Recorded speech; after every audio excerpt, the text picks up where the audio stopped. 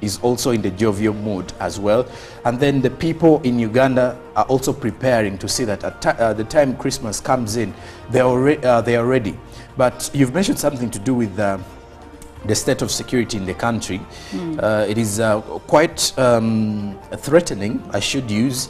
Not threatening in a way that we expect external attacks or the like, but the mere fact that these particular ones are internal, or whereby for people who actually stay around in residentials, more so. That is where suburbs. Most of, in the Kampala suburbs, most of the robberies taking place. Thieves, thugs, you can call it, pickpocketers and the like during this time.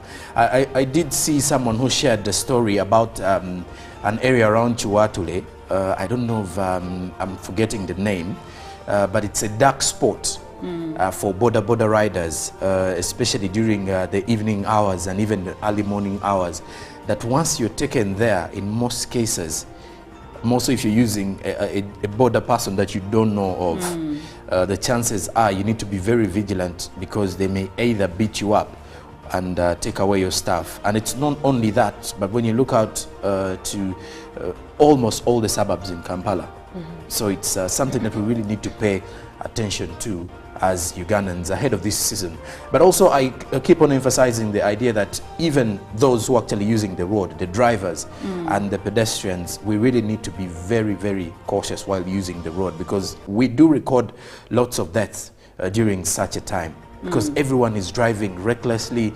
You don't know who is driving, you don't know which mood they are in. Some of them are really excited, or others are actually drunk by the time they're on the road. So you really need to be very curious. Rather, you need to be very cautious while moving on the road. But that aside, good morning, and it's a lovely, lovely Wednesday, and we can definitely attack it with a lot of positivity. Indeed, it is a lovely Wednesday, and Jerome Paul, I love the jacket. It's it is speaking a good week, like you usually tell us. Oh, indeed it is. So now I said we would share some of these numbers that police gave out, so that in the event that you need help, especially during the festive season, you can contact them. Some of them are for WhatsApp, strictly for WhatsApp, so you can message the Uganda Police Force, and others are for calling, and all of these numbers are toll-free. One is 0800 300 102. The other is 0800 12291, and this is toll-free. And another is 0800 199 6999 and 0800 199 399. All of these numbers are toll-free. The National Emergency Call Center is 999, not 911. It is 999 or 112, and all of these are still toll-free. Now the WhatsApp number is 077 9999999.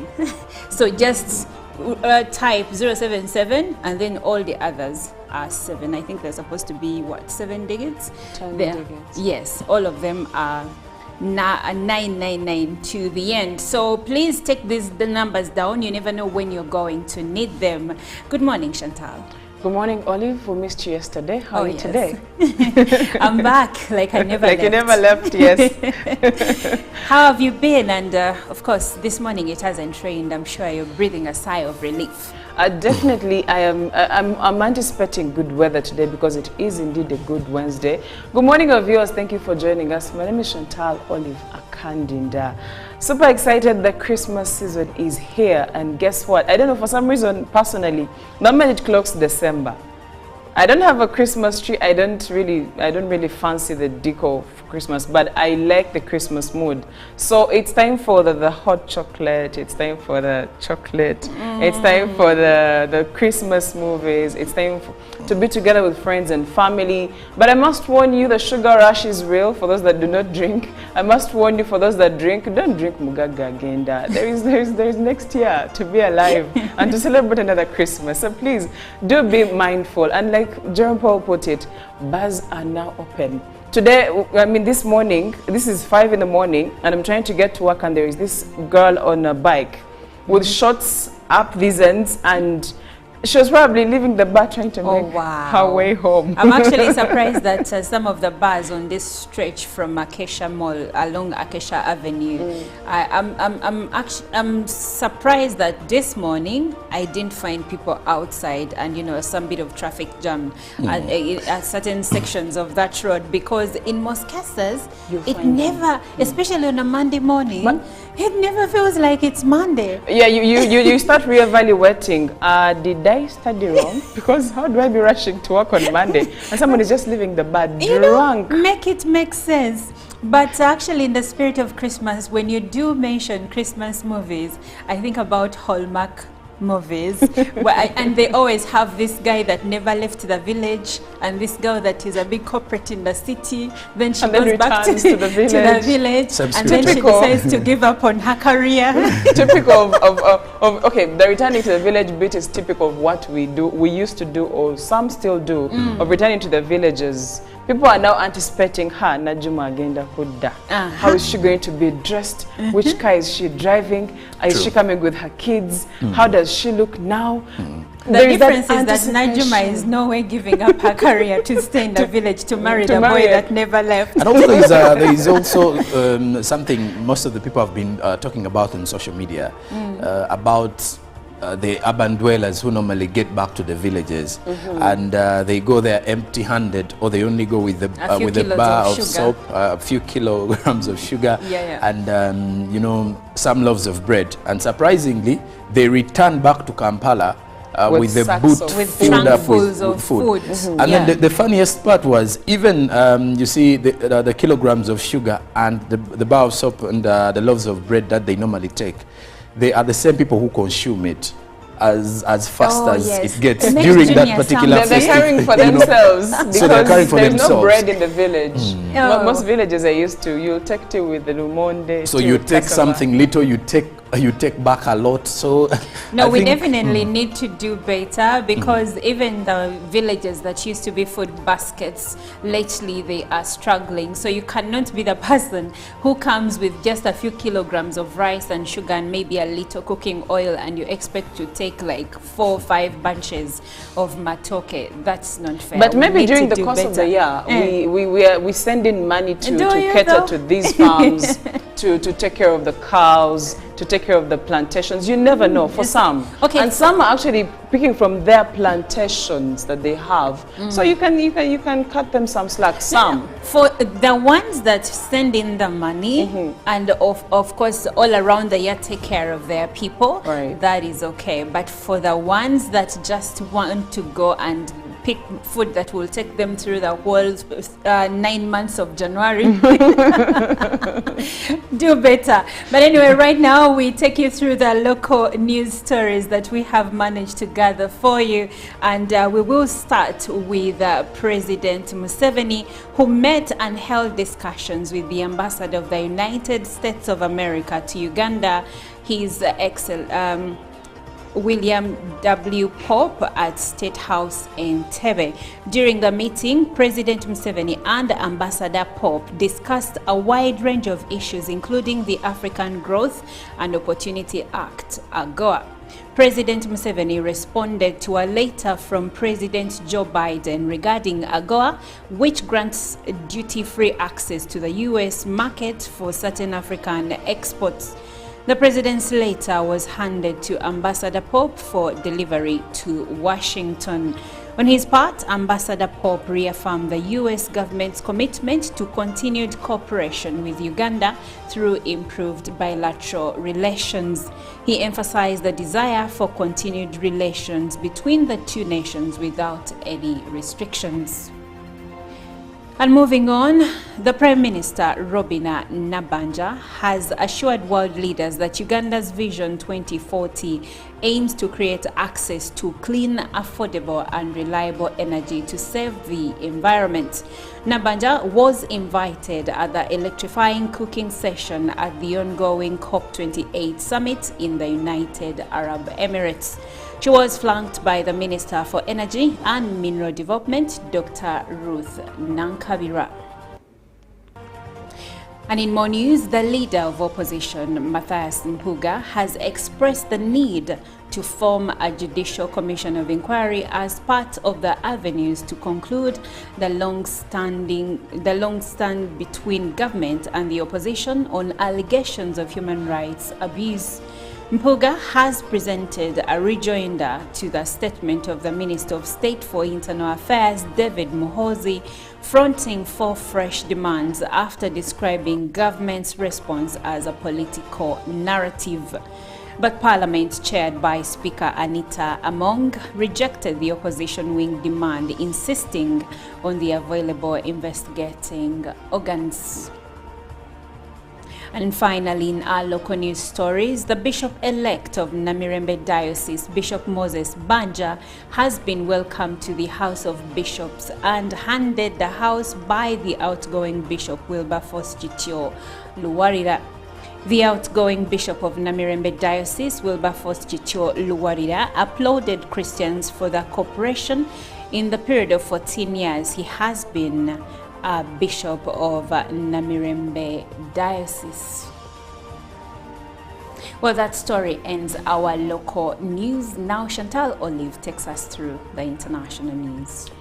Internationally, keeping you updated on what is happening in different parts of the world, we start with the we start with the Israeli-Hamas war that still continues. Now, the BBC has seen and heard evidence of rape, sexual violence and mutilation of women during the 7th October Hamas attacks.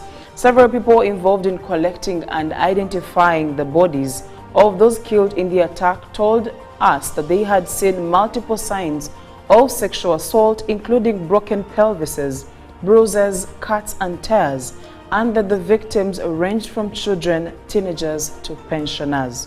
Video testimony of an eyewitness at the Nova Music Festival shown to journalists by Israeli police detailed the gang rape, mutilation and execution of one victim. Videos of naked and bloodied women filmed by Hamas on the day of the attack and photographs of bodies taken at the sites afterwards suggest that women were sexually targeted by their attackers. Few victims are thought to have survived to tell their own stories. Moving on, Ukrainian President Zelensky has called off a high-profile briefing with U.S. lawmakers amidst an impasse over future U.S. funding for the country. Virtual appearances in the Senate and House had been scheduled for Tuesday, but were cancelled at the last moment. It came after a top Ukrainian official warned they are in danger of losing the war against Russia if more U.S. military aid is not approved. Senate leader Chuck Schumer did not explain why Mr. Zelensky did not show. The chamber's Democratic leader said that Ukrainian president was occupied with a last-minute matter without providing further detail. Mr. Zelensky's chief of staff, Andriy, said earlier on Tuesday there was a big risk of Ukrainian defeat without continued U.S. support. It will be difficult to keep in the same position and for the people to really survive, he added in a speech at the U.S. Institute of Peace in Washington, D.C. Now, coming back to Africa, some Namibians have been outraged after learning that President Hage Geingoob's 4 children joined the government's delegation to the COP28 Climate Summit. They were among 6 of the president's family members listed as part of Namibia's delegation in Dubai. President Geingoob's office on Monday confirmed his children traveled to the city but denied claims that their trip was state-funded. The office did not say how other family members were paid for. President Geingob and Madame Geingos paid for the flights and accommodation expenses of their children, the Namibian presidency posted on X on Monday. The Namibian public and media should be rest assured that not a single cent of public funds has been spent on the children of the first couple. Now, speaking matters climate, the decade between 2011 and 2020 was the hottest on record for the planet's land and oceans as the rate of climate change surged alarmingly, according to the new report from the World Meteorological Organization. The report released yesterday at the COP28 conference in Dubai found rising concentrations of planet-heating pollution in the atmosphere fueled record land and ocean temperatures and turbocharged dramatic glacier loss and sea level rise during this period. This year is also expected to be the hottest year after 6 straight months of record global temperatures. Scientists have said this year's exceptional warmth is the result of a combined effects of El Nino and human-caused climate change, which is driven by planet-warming fossil fuel pollution. A separate analysis released Monday by Global Carbon Project found that carbon pollution from fossil fuels on track to set a new record in 2023, negative 1.1% higher than the 2022 levels. Well, that's it for climate news and what is happening across the different parts of the world. Thank you so much, Chantal, for that report. Joram Paul Sonko, what do we have in the press today? Well, from our local dailies, first, the New Vision highlights all civil servants to undergo mandatory training. Government program starts January. Read about that in New Vision today. Parliament probes law firms over cooperatives' money. As the New Vision also highlights, Namirembe Diocese welcomes new bishop. There's a pictorial of that as well at the front page. President Museveni writes to Biden over AGOA. Then teachers marking and difference. Best Teachers Awards to be aired live as Magical Christmas. Read about the festive season as well and how you can prepare yourself for that. Then the Daily Monitor, still with our local dailies, soldiers arrested over plot to overthrow the government. There is a pictorial of those soldiers who are plotting to overthrow the government. Then three charged with robbing Chinese 700 million Ugandan shillings. This is according to what the Daily Monitor is highlighting also. And then Bobby Wine under fire over gay talk. Read about that in the Daily Monitor. Then tough rules for Ugandans seeking work and study in the UK. Then also in the other news, members of parliament throw out smuggled extra 3.4 trillion budget as opposition tasks government on rights abuses. That is at the front page of the Daily Monitor. Crossing over now to Kenya with the Daily Nation. Under siege, controversy. Azimio leader Raila Odinga claims case against Dr. Nyankongo is politically motivated. Have a bank loan, brace yourself for higher interest rates after the Central Bank of Kenya move. Then also striking, members of parliament paralyzed sitting over CDF delays. They walk out to demand release of 53 billion Kenyan shillings. Then for Amadi, also known as AAA, it's time to rest and recharge. That is the Daily Nation in Kenya giving you more as well. Now, dress code. Away with the suits. Let's go casual. Koskei tells civil servants. Will they pick it up? That's more with the Daily Nation. Lastly, from our press review this morning, the Citizen newspaper in Tanzania. Samia all set for Hanang visit amid disaster riddle. As Tanzanian automotive industry gets major boost, amongst the other headlines at the front page of the Citizen. Then the other report, why telling tech success stories is key to growth. Then Palestinians plea to America and the world.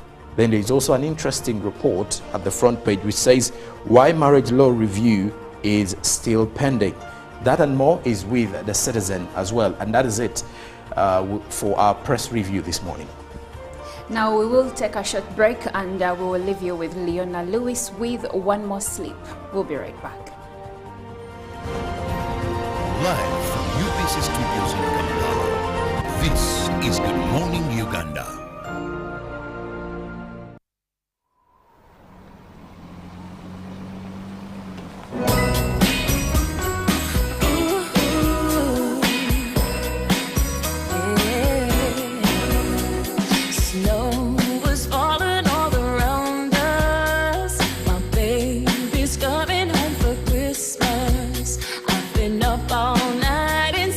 Bedroom, you said that he'll be with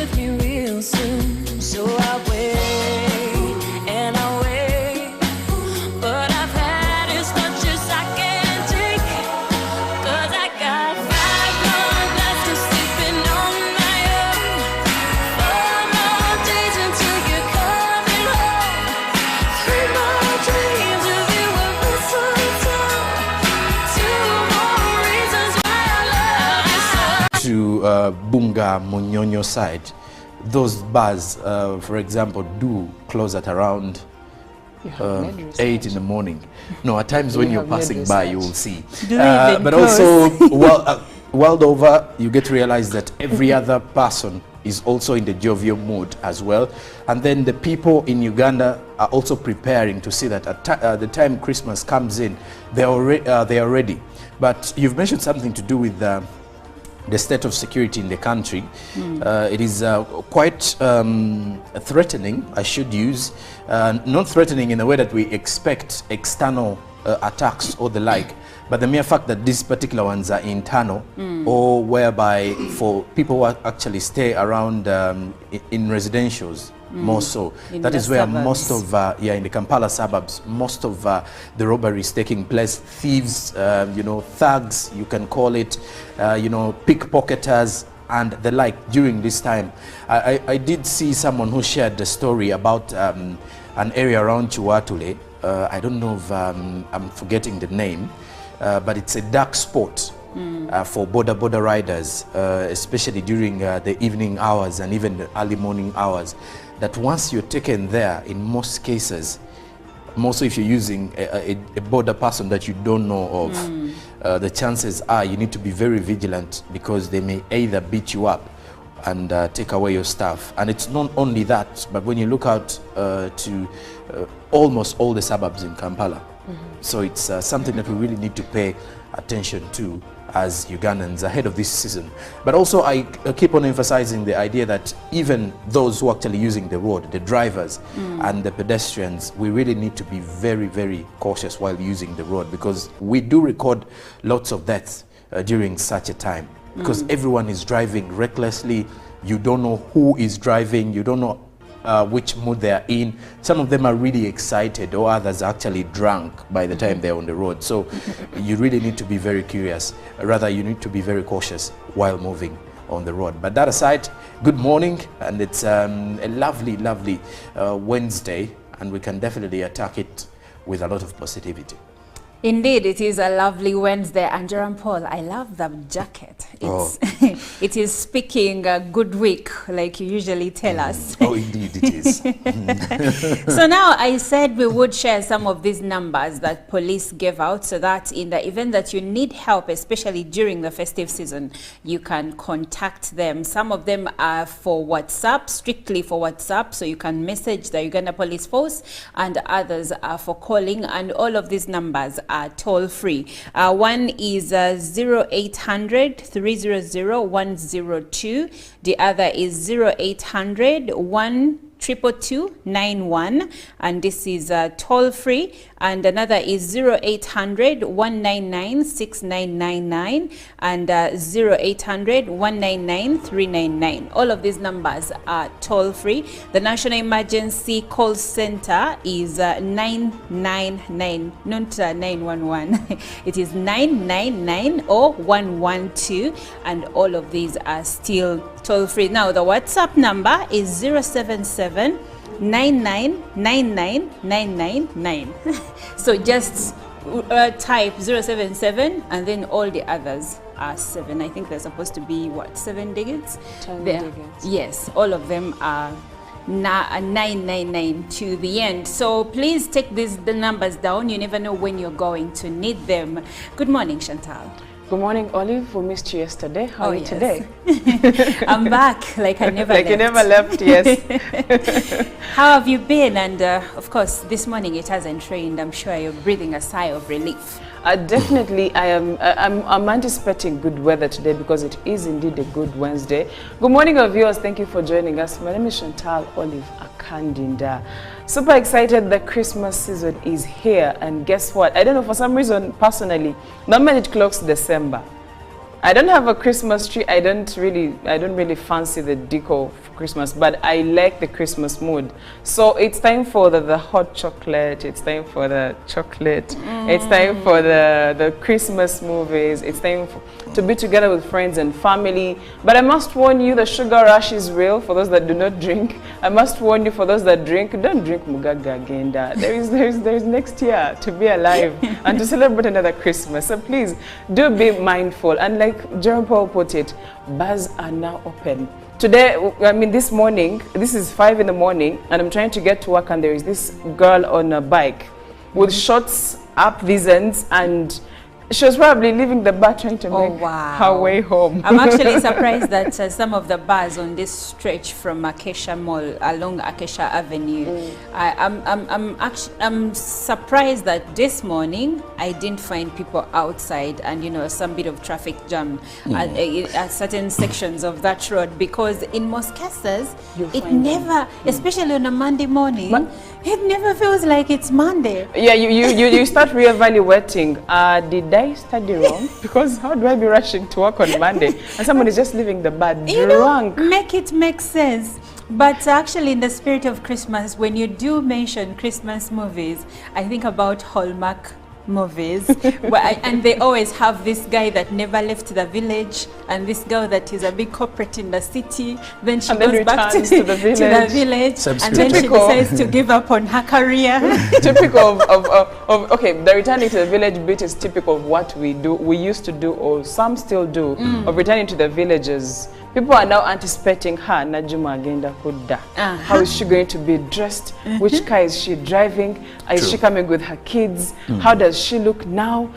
The difference is that Najuma is no way giving up her career to stay in the village to marry the boy that it of course entails discipline, because a member of parliament is a leader that many people look up to, whether it is adults or it is the youth aspiring leaders. We used to look at members of parliament as a degree, as people that are highly placed and people that are supposed to be respected. But now if you read the newspapers, if you follow the news on the different media platforms, you're going to see allegations of members of parliament speaking words that I can't even repeat to you right now towards each other. I have seen cases of a member of parliament insulting the speaker of parliament, or a member of parliament insulting another member of parliament, using language that is quite colorful and that doesn't have to be heard in a public space, much less by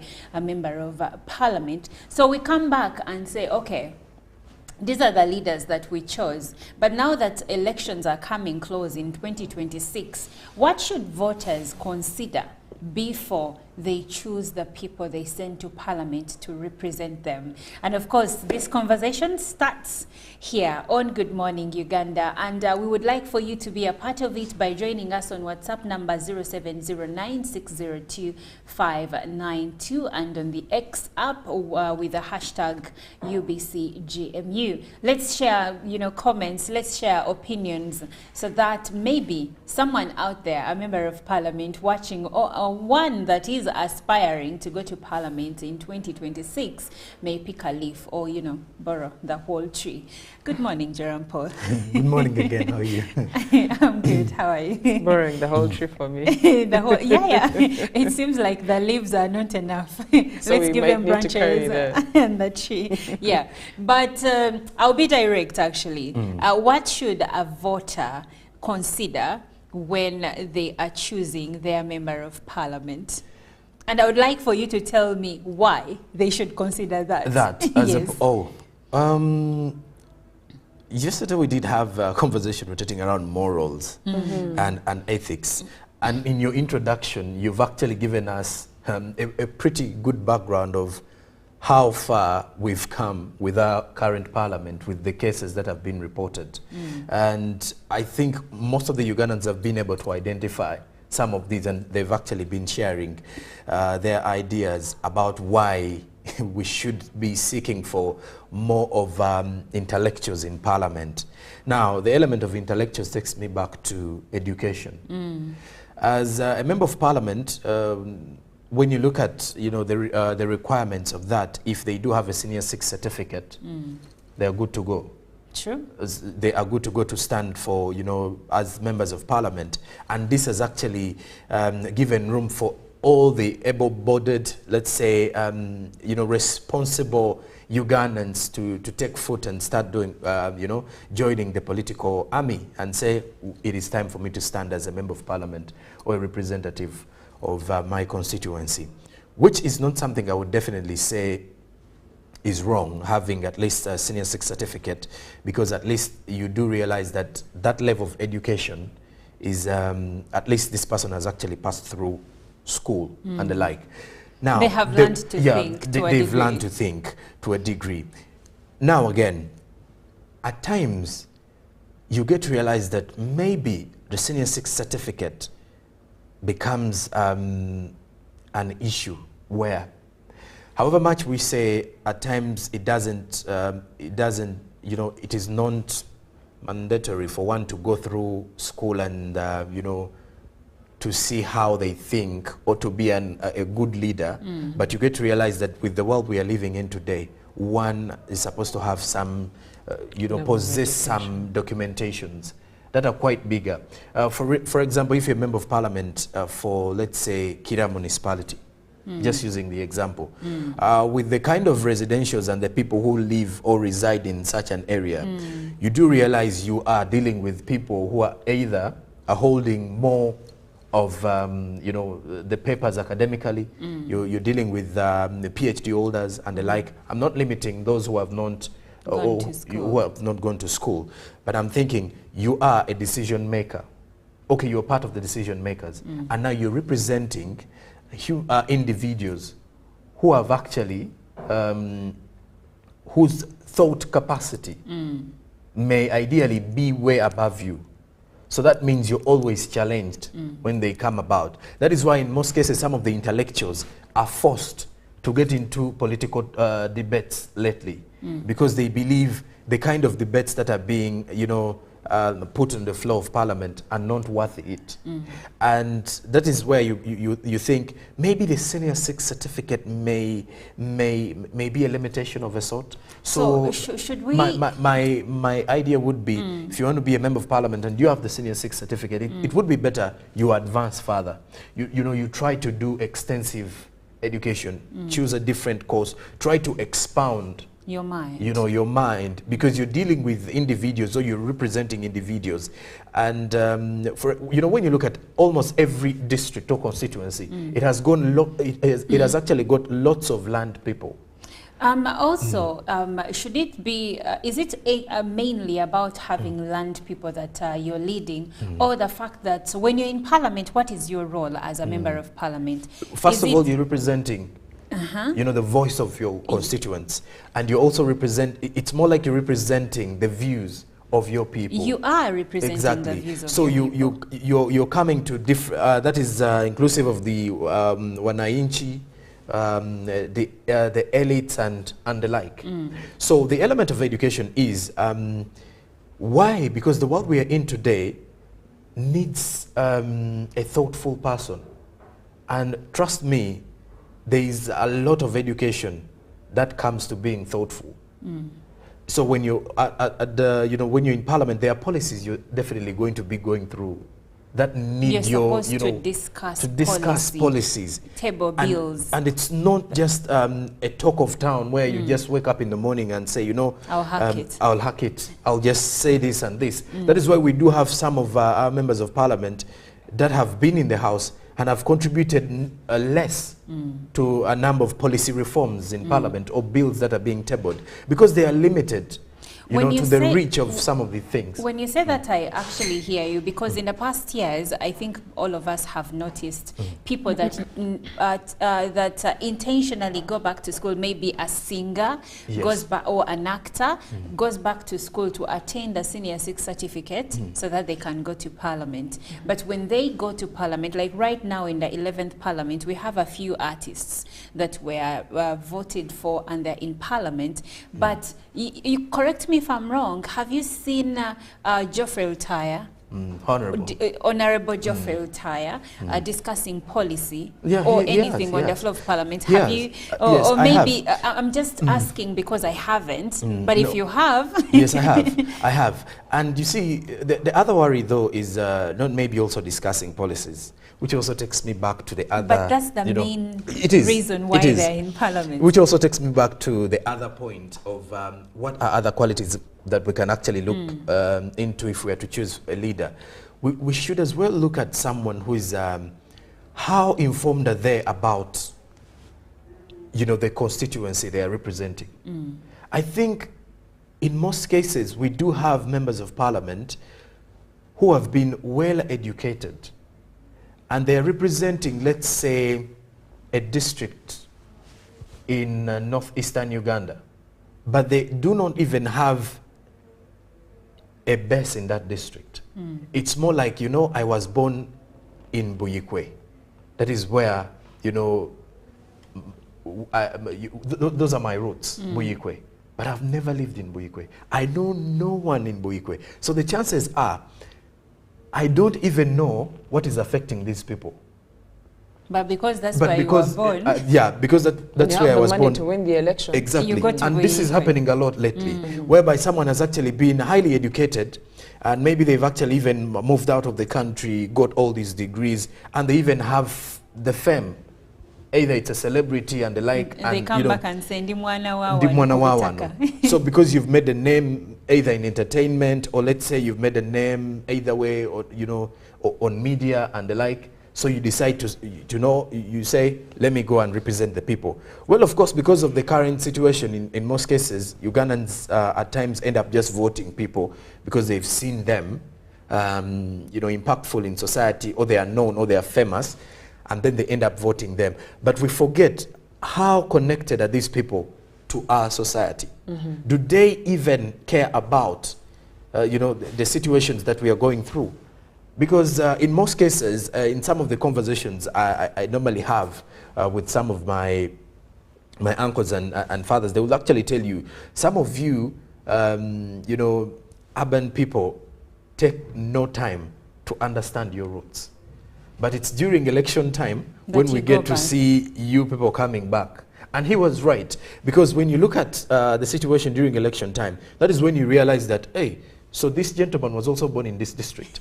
So once this person comes back, they are seeking for elections and they are seeking for votes, but they don't know anything. And once they actually get into power, they even forget about what they promised. So what Jerome Paul Sonko is telling us is that voters should ask themselves questions like, does this person, okay, fine, they were born here, or their roots are here, but do they have a base here? Do they understand our needs in this constituency? Or they've just come to, promise us a lot and then go to Parliament and forget that we exist? We are having a conversation that we'd like you to be a part of, and we're asking you to tell us or suggest the factors voters should take into account when selecting their leaders. What factors should voters take into account when selecting their leaders? You can join the conversation on WhatsApp number 0709602592, and on X app you can join us through #UBCGMU. We'd like to hear from you, because it is said that the quality of leaders a country has signifies the quality of people that it has. Am I right, Chantal? Yes, very right, very right. And you posed the question earlier to Jerome Paul. Let me just take us to the basics of leadership. Bare minimum, what should a leader have? Bare minimum. A good leader, yes, a good leader. That's what we used to say. Should be able to serve others. Thank you. So basic principle, or bare minimum, communication. And when you talk about communication, lately, I would like someone to know that communication is way bigger than just picking a phone call and we talk. No, it's the content. It's the timely bit of the communication. It's the quality of the content. Because you are a leader, it has to have that encrypted. Thank you. And I would like to also say this: to whom much is given, much is expected. Yes, so more is as a expected. leader, you can't communicate like me, who is a you know, a TV You're presenter. public speak. For you, you're doing You moderation cannot. or public yes, speaking. thank you. You cannot. You can't afford to do that. Your communication has to cut across. You're delivering to a bigger group of people. You are delivering to maybe on a particular topic, so it has to be different. There's Talk so much about of emotional PR lately. intelligence. We've seen this happen, the 10th Parliament, the 11th Parliament, the fights that happen in Parliament. If only we employed a little more of emotional intelligence, we wouldn't be having these committees sitting to discuss so-and-so abusing the other in Parliament, as if we have kids in Parliament. Thank you so much. Reminds me of the physical, you know, battle we had during The 10th Parliament. Yeah, the 10th Parliament Yes. of the Tojikwatako era, where most People of standing you know, on tables, so it exchanging was blows. all over the news So globally. we trended internationally, but for the because wrong of reasons. the fist fights that were in Yes, Parliament yes. and throwing. Do you remember you the know, video that jabs and trended the of like. this person who was It was literally all like over. a Trevor Jack Noah Channel? actually also made a lot of Yeah. fun Thank you out of about it. Yes. So emotional intelligence is very important if you're to be a good leader. I'm giving you the basics, some of which are lacking when it comes to some of our leaders. Talk about decision making.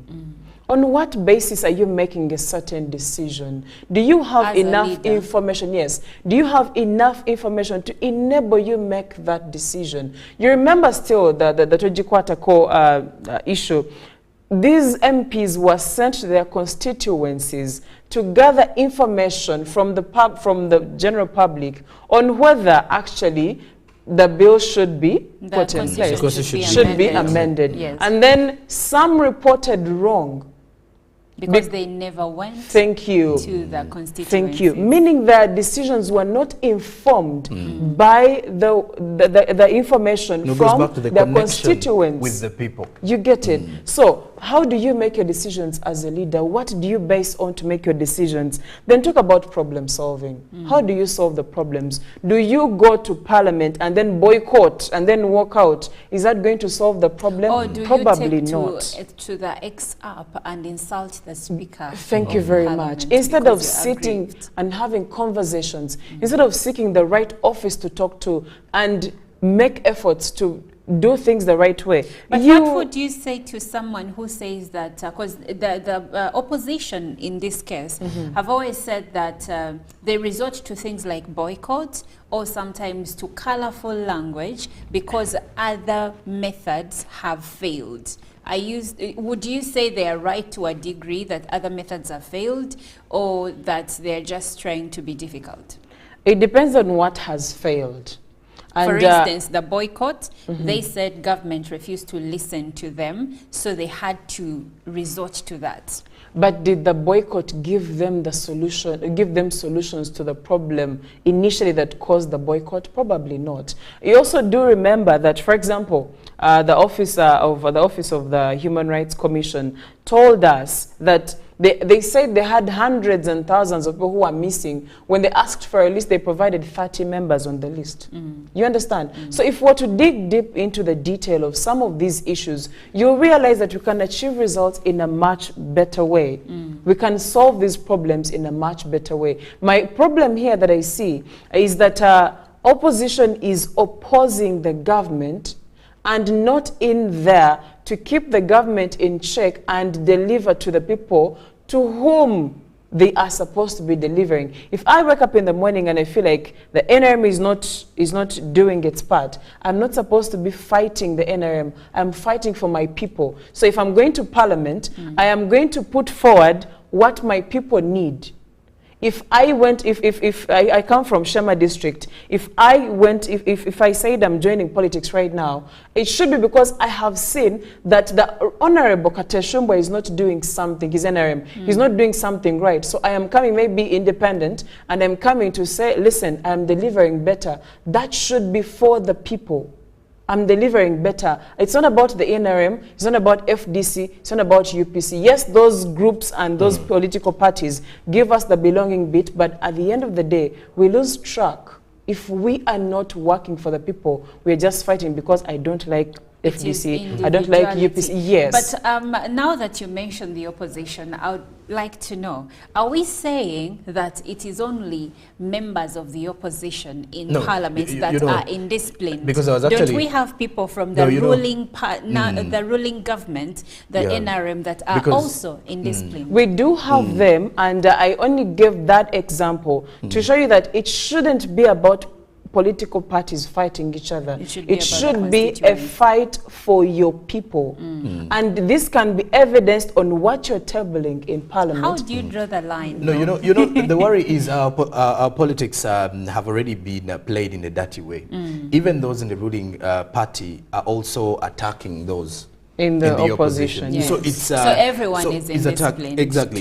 You do expect the opposition, obviously, to attack the government. To retaliate. In any country. The opposition is definitely going to be hitting the government, regardless of whether it is right or not, because you are the opposition. The ruling party, You do not want the ruling party to be in power. It is supposed to be you. Your party. You know. So when you also look at the ruling party at times... sorry, before you continue, should it be all about attacking the ruling party or on the basis of policy? Like if you are to attack, let's say, the ruling government or the ruling government to attack the other people, shouldn't it be based on policy, on things that people need? It should be policy. What do the people in, let's say, which district? Maybe, let's say, Masaka or Mbarara, what do they want? Has it been achieved or not? You know, it should be policy, but the problem is at times you expect also the members of parliament to retaliate with change of policies as the opposition is attacking, but instead they also first focus on the retaliation.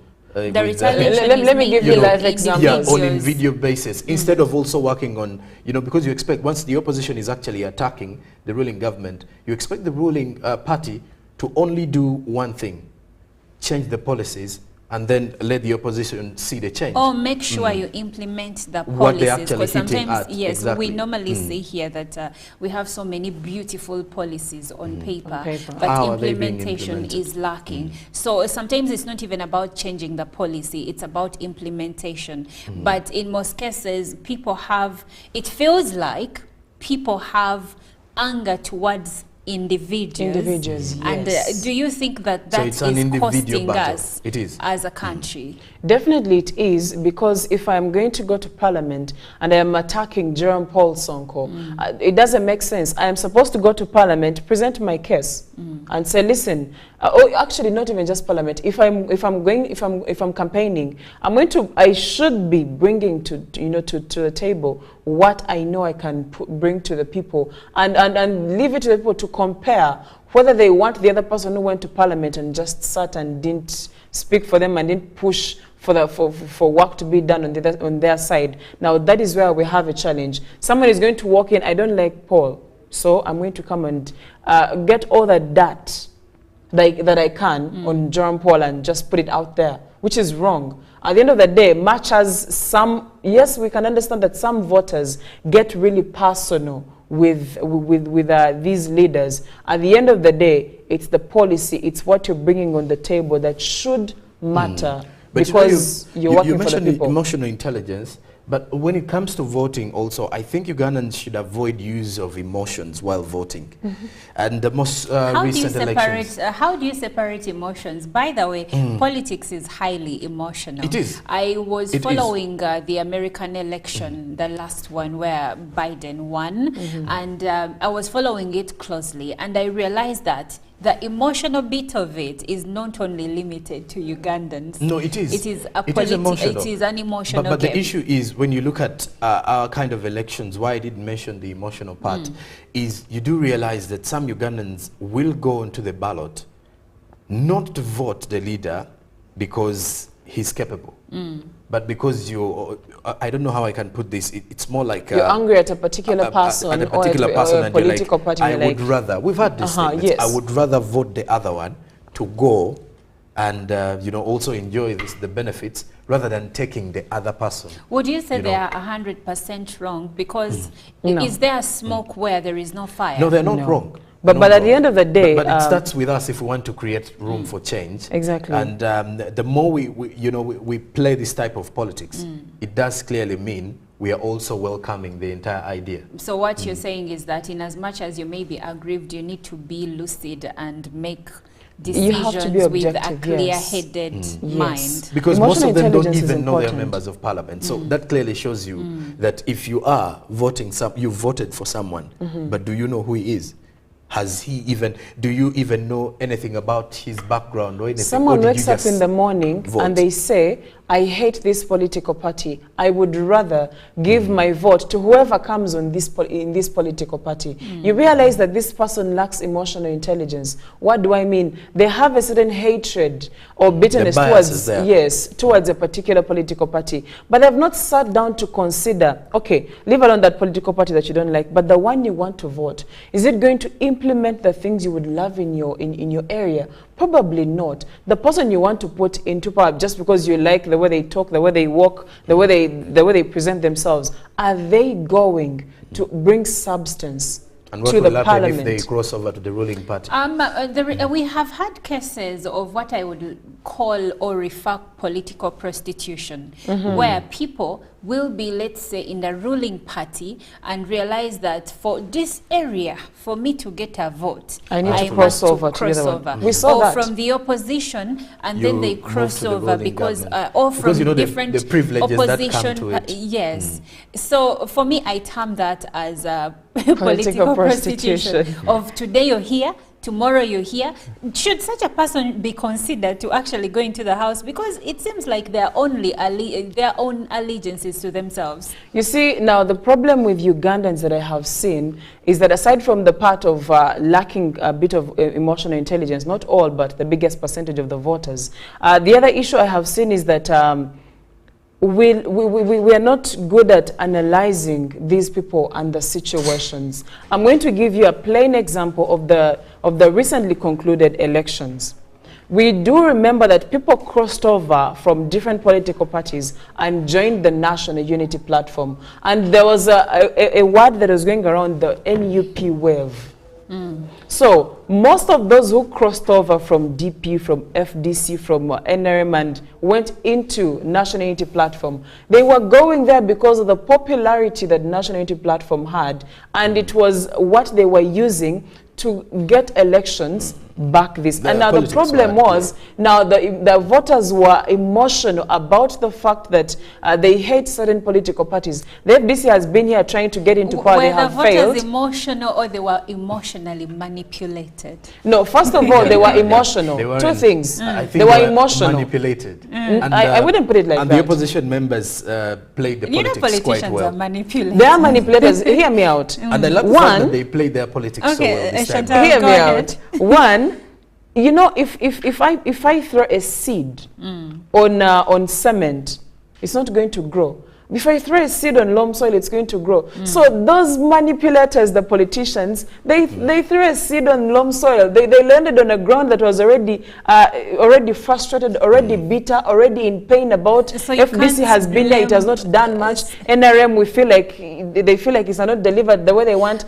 So when someone crosses over to a new way, they bought the idea. They actually bought the idea because I want to believe the Ugandans did buy the idea because with the opposition, we've had lots of opposition parties. And this time around, even the politicians realize if we join one opposition party, maybe because we have a that chance. song has been, the cooperation, the coming together, has because been the opposition sung, has failed to... It's been sung by many people, including the DP president, who is now the Minister for Justice and Constitutional Affairs. He has always said we need to work together. And the opposition has always to gain a greater good. Maybe something was achieved by that being that. Also, let's remember that there are people that have crossed from the opposition to the ruling government, and today they hold very powerful offices. So I won't name names, but this has happened on both sides of the spectrum. Now, when you are to scrutinize that, you realize there are some areas where NRM will always get votes. Let's be plain about it. Then there are some areas where you will even during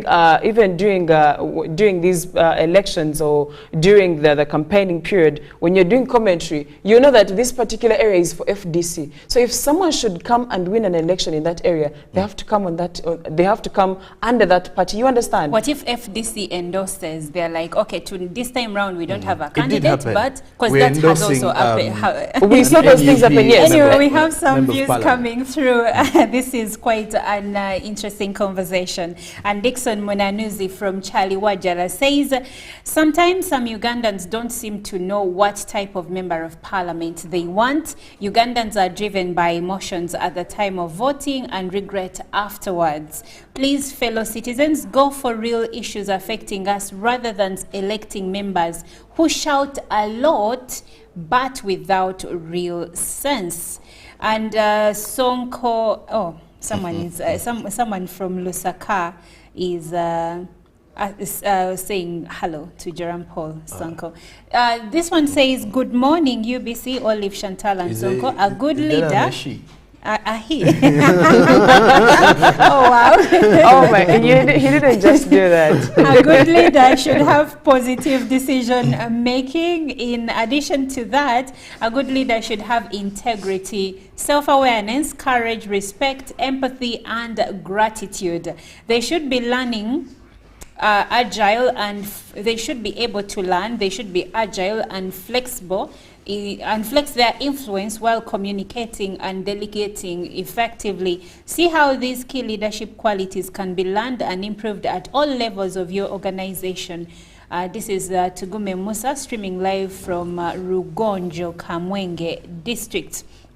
And retired Captain Chitaka Mayanja in Chiboga says, voters in Uganda, they take voting like rewarding those who have given them tokens. Some just wake up and ask friends whom, and they ask their friends, who have you voted? In reality, more sensitization is needed to voters. Thank you so much, Captain Mayanja. And this one is Okrol Bernard from Kachira in Jinja. He says, leadership is God-given, not your education or whatsoever. If you're in an area where people are educated, then they should be able to know and accept that a leader must be accorded the respect they deserve. Remember, appointment is better than rank. I think power is better than papers. And he asked, can a PhD holder challenge the powers of the president? I think he's trying to address what Sonko said regarding education, but here is the thing, if I may answer on Sonko's behalf. Parliament is not really about who people like. It should be about leaders that can take the country to the next level. Because members of parliament are the ones that table bills that are usually passed into laws. Imagine if you send someone to parliament that cannot fairly represent his constituency or debate effectively on a certain issue, and then a law is passed that is going to affect you and me and other Ugandans. This is the importance of a good quality education for a member of parliament, because we have seen some that have gone to parliament just because the minimum academic requirement is senior 6, but when they are given a microphone, they cannot even speak. So what is that person doing in parliament? That's why Sonko was talking about academic papers. Am I right? Yes. Anyway, moving on. Which economics are you going to discuss? Which economics? You're supposed to discuss fiscal policy. I know what I did there. Anyway, moving on. This one says, these days the majority are learned, not educated. They are taught, not mentored. It is the education, character and morals that matter. It's the education, character and morals that matter. These days, it's the money that matters. Our people don't support, they love with emotions. Makes me think that it's better for a committee to appoint members of parliament. You didn't leave your name, but you said you're from Uganda.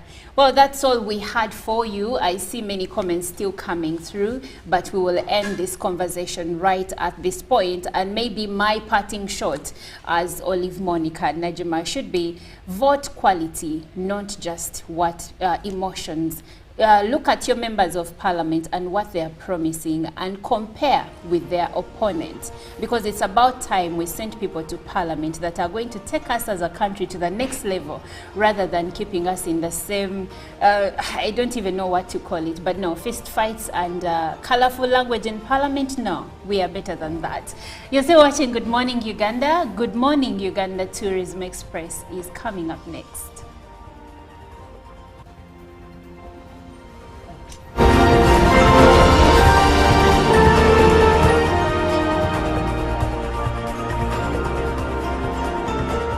Live from UBC Studios in Kampala, this is Good Morning Uganda.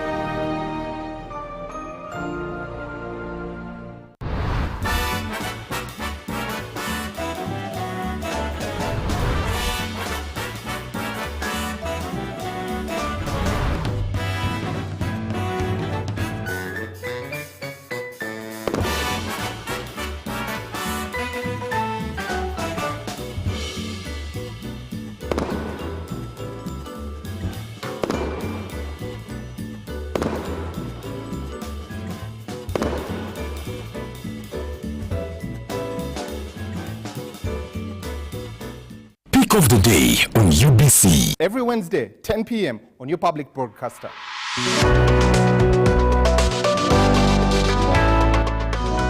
Was brought to you by MTN Momo Pay is the easy way to pay. Dial star 165 star 3 hash or use the MTN Momo app. You don't need cash. MTN Momo Pay is safe and free.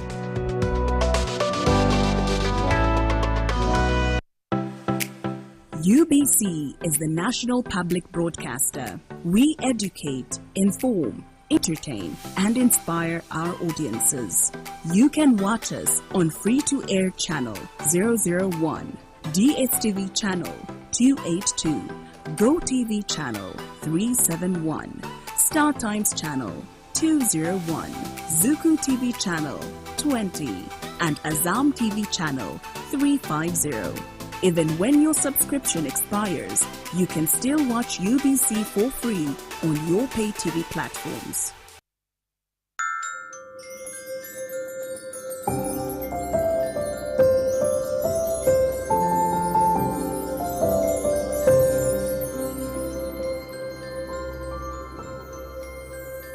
Live from UBC Studios in Kampala, this is Good Morning Uganda.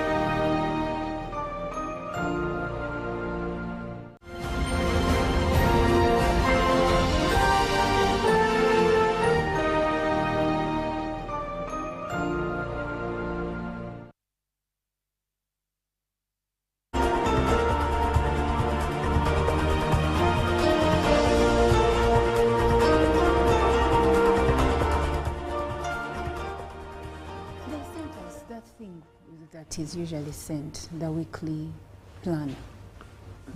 They made some changes. About the GMU Tourism Express, to talk about Uganda's tourism, what is trending in the world of tourism, what's going on, what activities to take you around, to traverse you around Uganda, just at the comfort of your sitting room or in your office. Yes, my name is Irene Alena Misang, and welcome to the GMU Tourism Express. Today, again, we are still diving into domestic tourism. Why these campaigns about, why is the Ministry of Tourism, Wildlife and Antiquities putting so much efforts into domestic tourism, promoting this, making sure that Ugandans traverse their country, making sure that Ugandans explore their own country. Like, why is it putting in so much efforts? Going back to the Explore Busoga campaign that we talked about yesterday, yes, it is set to happen on 13th and to 17th December, that is next week. But why is it that the government is really investing in a lot in this to promote domestic tourism around Uganda? First of all, COVID-19 taught us that a time can come in, any time can come in when we cannot have international tourists. So we have to build a firm foundation for our tourism industry. And if we don't have our very natives exploring their own country, if we don't have fellow Ugandans exploring Uganda, there is no way we can build a firm foundation for the international tourism that we all want about. You know, gone are the days when we thought that tourism was all about the whites. Every time we could talk about to someone about tourism, they'd be like, those are for white people. For us, we do not tour, we do not travel. But this is the time now that we've learned that domestic tourism is very vital if we are to build an industry, the tourism industry, but also to build the economic growth of our country. And then when you see, when the more that Ugandans explore their own country, it also creates that sense of pride and identity. Like you get to know, man, I live in such a beautiful country. Because some of us even know that, yes, Uganda is called the Pearl of Africa because we are taught in schools. But do you know, have you seen that beauty? Why it is called the Pearl of Africa? Have you seen that, the countryside? Have you seen the big game that is in the national park side? Do you know that we have 10 national parks, 13 game reserves, we have several lakes, beautiful lakes. And then this is why we need to promote more domestic tourism in the country, to see that these people, our very natives, promote their own country. After getting pride, after getting to know what your country has, it is very easy for you to promote what the country has, and then it easily becomes imagine, okay, now the Explore Busoga campaign, it takes like 400 people to explore the West. And then all these 400 people have seen maybe the source of the Nile, and they've taken photos around this place, and they're now all posting on different social medias. How many indirect adverts will we be putting out about our nation, Uganda? So I feel there is, as much as the ministry is doing a lot of efforts to promote domestic tourism, yes, we also need to embark on this journey. We need to embark on this journey that the ministry is taking as Ugandans, because it is everyone's role, man, to promote the country. Imagine just one tourist with $1, the whole segment of people that earn from that dollar. Imagine from one tourist, a hotelier is going to earn, a driver is going to earn, someone transportation is going to earn, the street vendors are going to earn, marketers are going to earn, forex bureaus, the government is going to get foreign exchange. So domestic tourism is the way to go. Let us promote this domestic tourism. Let us engage. Let us get the community engaged in tourism. We need to find people even down there in Seka talking about tourism. You find someone down there in downtown talking about Maction Falls National Park. That is the thing that you want to get. When I went to Kenya, I found so many Kenyans visiting the Fort Jesus, but these were Kenyans visiting their own country. But when you travel to maybe Queen Elizabeth National Park, you can find just a few Ugandans traversing through their country. But the time is now embarked on this journey to promote, if we are to get a firm foundation for our tourism industry. Well, I'm not a motivational speaker to drive you into domestic tourism, but I had to say that today we are going to talk about something very special. Yes, we know it. We've known, like everyone knows about this attraction in Uganda. Okay, almost everyone knows about the attraction in Uganda. And we are going to talk about Maction Falls National Park. And when we talk about Maction Falls National Park, this time round, we are not going to talk about the falls. Yes, the falls, everyone knows that the world's strongest waterfalls. The falls, everyone knows, the Nile squeezes its waters into the 7-meter gorge. We know the history. Okay, maybe some of them cannot, maybe some of you don't know the history. Talking about when it was gazetted, making it the oldest national or reserve gazetted park in the country. Okay, but today we are not talking about that. Today we are specifically talking about the wildlife in Maction Falls National Park. And when we dive into the wildlife, because the park is a home to over 75 mammal species, the elephants, the lions, the buffaloes, waterbacks, Uganda cobs, but today we are specifically talking about the African buffaloes. You know, the park is a home to a robust population of these buffaloes. I don't know whether some of you have seen this. Some of you call them the wild cows because they have that shape that is like a cow, but these are the African buffaloes. And these African buffaloes are special in a very way. First of all, these animals, when you look closely to these animals, Maction Falls has almost the biggest population of the buffaloes in the national parks. you're going to spot the buffaloes almost everywhere. Immediately at the start of a game drive in Maction Falls, you immediately start spotting the buffaloes because they're almost everywhere. And then, you know, the character about these buffaloes, they are very social animals. They create strong bonds within the herds. It is very hard to find a herd like these animals work together. They create those strong bonds within themselves, like, and they show them through cooperative behaviors like grooming each other, defending the babies, coming together to defend themselves against predators. And then, you know, the buffaloes are also part of the Big Five. You know the Big Five when you talk about the lions, the buffaloes, elephants, rhinos, and leopards. But the buffaloes are also part of the Big Five game, making it an extraordinary experience for you to spot these buffaloes in Maction Falls National Park. Another feature that is special about these buffaloes, when you find them grazing in the savannas, you could think that they do not swim. My friend, these buffaloes are very good swimmers. They use their hooves to maneuver through, to navigate through the waters. They can swim across rivers, they can swim in lakes, and they are very good swimmers. They use their horns. You see those curved horns? They use their horns for defense. For defense, they use them in dominance battles. They use them for defense against predators.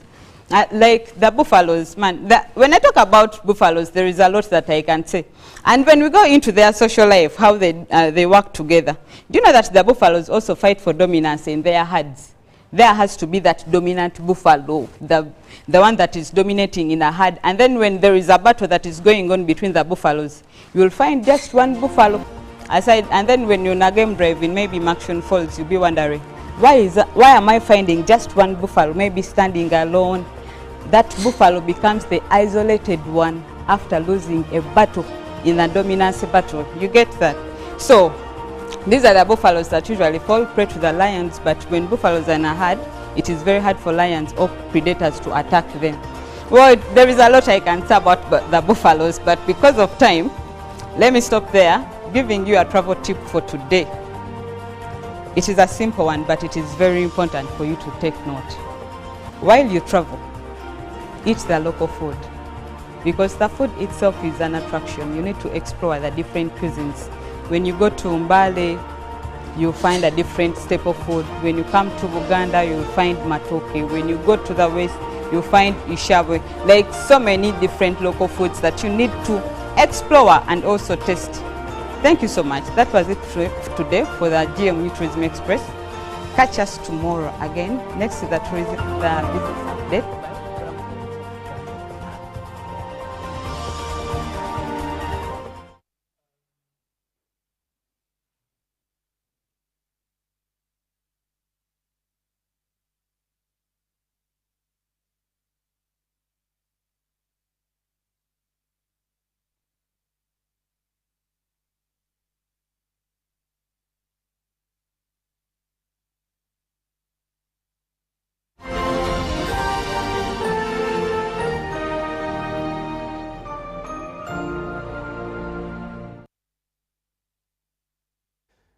All right, welcome back from the GMU Tourism Express. And today we did touch something rotating around Maction, and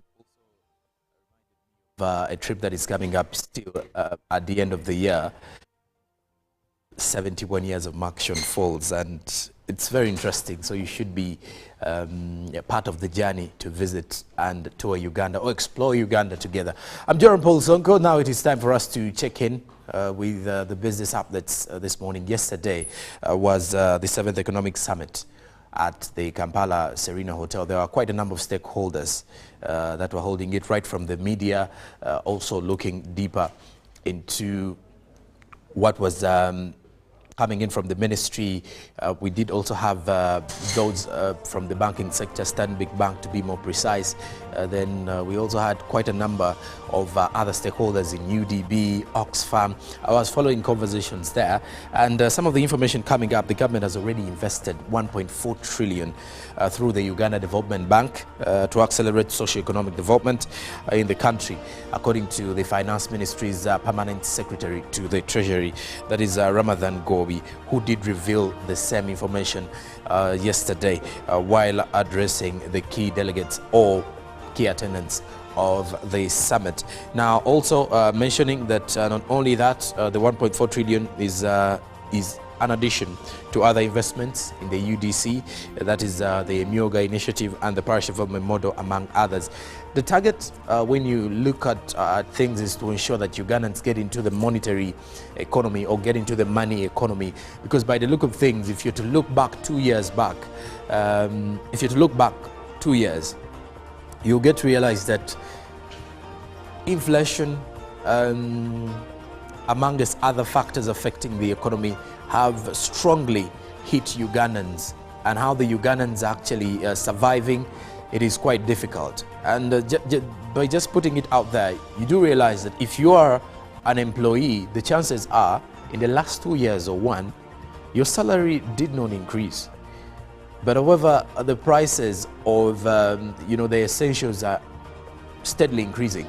If we are to, for example, give an example of a loaf of bread that would go for around 5,000, 4,500 by early 2021, right now it's at 6,000 Ugandan shillings. So that means if you could definitely be able to buy a loaf of bread or 2 loaves of bread using 10,000 Ugandan shillings, you can only buy one as of today. So which shows you that the shilling is steadily not favoring the Ugandans by the look of things, and this is why the government is putting up all these initiatives with the Myoga, putting up all these initiatives with the parish development model. Why? In order to at least enable Ugandans tap into the money economy to increase on their incomes, or to lift the household incomes of the Ugandans, to see that we can survive with these changes of the economy. But that aside, that is by the look of things, the 1.4 trillion that has been heavily invested through the Uganda Development Bank, as something that the government is looking deeper into. But not only that, like I did mention, this is not the only one, because through the Uganda Development Corporation and then also through the Myoga initiative, as other government programs, the ministry has further put more resources in there, as well as the parish development model, which is also a key pillar under the National Development Plan 3, as well as the government looks to see that Ugandans get into the money economy. Well, from the business perspective as well, let's look at it from the international level this time round. Earlier this year, there was a report that was released that India's economy would surpass China and the United States of America by 2075. Now, this does look like quite many years to come, 50 if you're to look at that. But most of the Indians were pretty much excited about the changes that were coming in through that particular report, and how it definitely shaped up their economy looking forward to 2075. Now, the latest report coming in is that India is also set to become the world's 3rd largest economy by 2030. This is according to S&P Global Ratings. And of course, we do also have quite a number of partnerships with Indian investors here in Uganda and East Africa as well. Now, according to the S&P Global Ratings, India is projected to become the world's 3rd largest economy by 2030. And the rating does predict that India's GDP will definitely grow beyond where it is today, because this is according to the S&P, the Global Ratings. By 2030, the GDP growth is expected, that is the gross domestic product, is expected to reach 7% in the fiscal year of 2026 to 2027.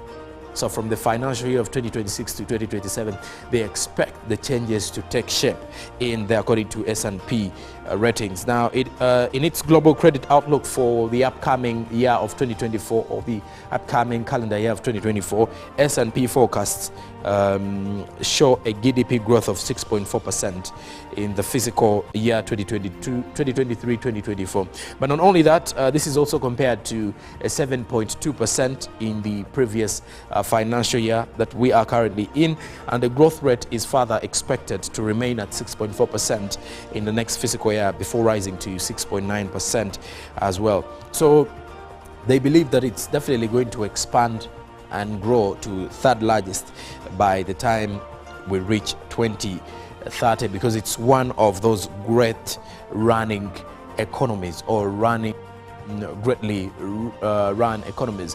When you look at the current rankings though, India is ranked 5th. Now it is behind the US, China, Germany and Japan in that order, because Japan comes in 4th, Germany comes in 3rd, then China 2nd, and the USA is leading the poll.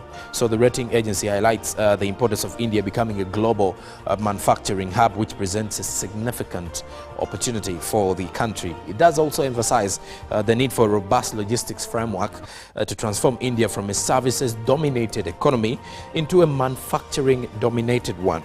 Because you also look at India's manufacturing sector, by the way, it is also taking shape from the electronic mobility. You also look at manufacturing communication gadgets. You look at their health sector. So ideally, it is more centered around service as much, but however, they also targeting moving directly into the manufacturing part of it to ensure that their economy is competing favorably with the other world strong economies. So we wait 2030, and by 2075 we shall as well see if the projections that were made earlier this year would see India cross the border to #1.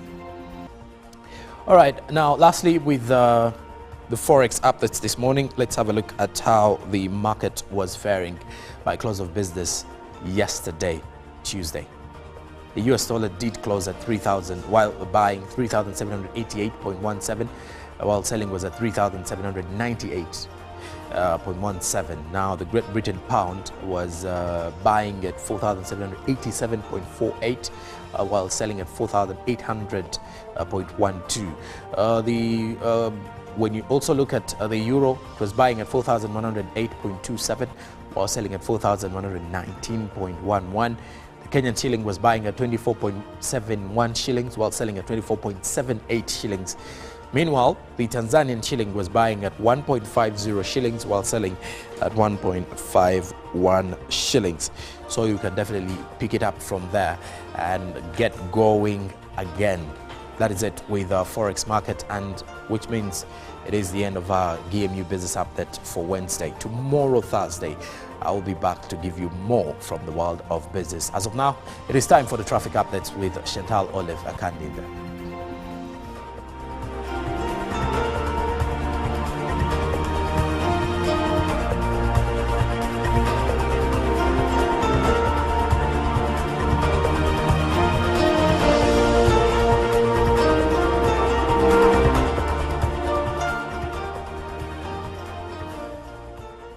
Good morning once again. Thank you for staying with us. My name is Chantal Oliver Kaninda with your traffic updates this morning as you are trying to make your way to town.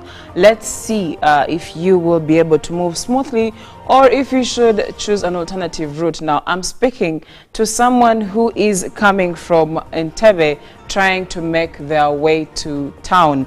Now, I'm on the Kampala-Entebbe road and right at the junction that takes you to Chigo Road. That is where I'm starting from. And as you can see, there is just a little bit of slow traffic, especially because of the junction that takes you into Chigo Road. But short of that, you will be moving quite smoothly. There is a little bit of hold-ups, but not to worry about, because you will be able to move all the way as you're trying to make your way to town. Now, the hold-ups especially are for people who are actually going, some of the holdups, especially for especially those who are going further into Entebbe, around Doctors Hospital in Seguku, you'll find some traffic on there. But if you're trying to make your way to town, you, my friend, are safe to continue moving as you're trying to get to different parts of town, trying to make it to your offices or to your meetings today. Kampala-Entebbe road is still safe for you to drive. This is going to be a smooth drive for you until you reach, of course, a junction that the junction that takes you to Lubowa Road. there's a little bit of a hold up, really mild, but short of that, you'll be in position to move smoothly. Even after joining Lubowa Road, you are okay to move until you continue on that road. Now there is a bit of a roundabout that I'm seeing here near when you get to Zana. Now this is the place that seems to be having a little bit of traffic, but just slow traffic really that you don't have to worry about. And after that, you, my friend, are free to move. Still, if we're still on the Kampala Entebbe road trying to make our way to town, you are free to move as you're trying to get to your workplace or to get to your appointments this very morning. Kampala Entebbe Road seems to be okay until you get to Namasuba. Now Namasuba also has a bit of hold-ups, as you can see, but not to worry, you will be in position to move after that smoothly. Now the junction in Namasuba shortly after Namasuba SDA Church is what will be causing a bit of the hold-ups, but after that you are free to move as you're trying to get to town. Past Freedom City, you are still free to move all the way as you are trying to make your way to town. Najanankumbi is safe to move until you get to the junction that is opposite Stella Stage. That is where you will be finding traffic. For those who are trying to make their way to town, now it gets a little heavier than what we saw initially. If you are coming from town trying to get to Entebbe or Entebbe Road, the hold up is shortly before Stella Stage, just a small hold up that will not take you so long. But after that, you, my friend, trying to make your way to town, you are in for some good traffic all the way as you are trying to get to town. Now Kampala Entebbe Road is mad with a lot of traffic. So if you have an alternative route, you need to consider taking a different route. Some would suggest the express if you're able to. It is a lot better. That toll fee is not as bad. I would suggest the express if you're trying to get to town. Now at this moment, until you reach the Kampala Clock Tower, there is a lot of traffic at the Kampala Clock Tower. Anyone coming from Mobutu Road, you are headed for traffic because of the roundabout. Of course, if you are looking at going to Natete Stage, there is traffic on there. If you're looking at joining the Queensway, you are on a safer side. You are actually able to move all the way as you make your way to the through Queensway. You are okay to move. But anyone that is trying to get to Kayemba Road, you are headed for some really good traffic. Also, this is Katwe Road as well as you're trying to proceed. If you take Katwe Road, there is a bit of hold-ups in the middle there, but it also lets loose as you move further onto Katwe Road. So the remaining parts as you're trying to get further into town or different parts of town, I'm seeing you who's trying to get to Safi Market. Brace yourself, there's a little bit of traffic. And it's not as bad, but yes, as you're approaching the roundabout, you will find a lot of traffic on there. Do note that most times roundabouts and junctions have a lot of traffic. And that time I gave you a tip: if you're trying to get through the roundabout, do not get to the side where the rest of the cars are coming from, because you will meet others that are going to block your way. It's easier to be inside the roundabout than outside the roundabout. Well, thank you so much for sticking around. That is it for the traffic updates. Coming up is Good Morning Uganda agenda.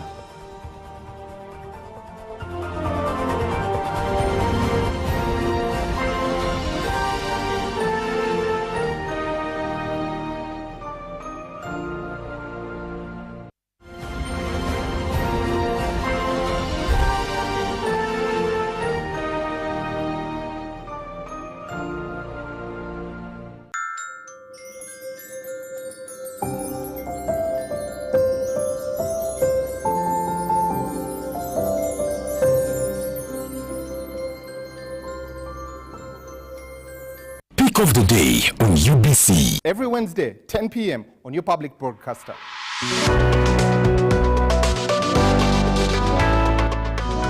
was brought to you by MTN Momo Pay is the easy way to pay. Dial star 165 star 3 hash or use the MTN Momo app. You don't need cash. MTN Momo Pay is safe and free.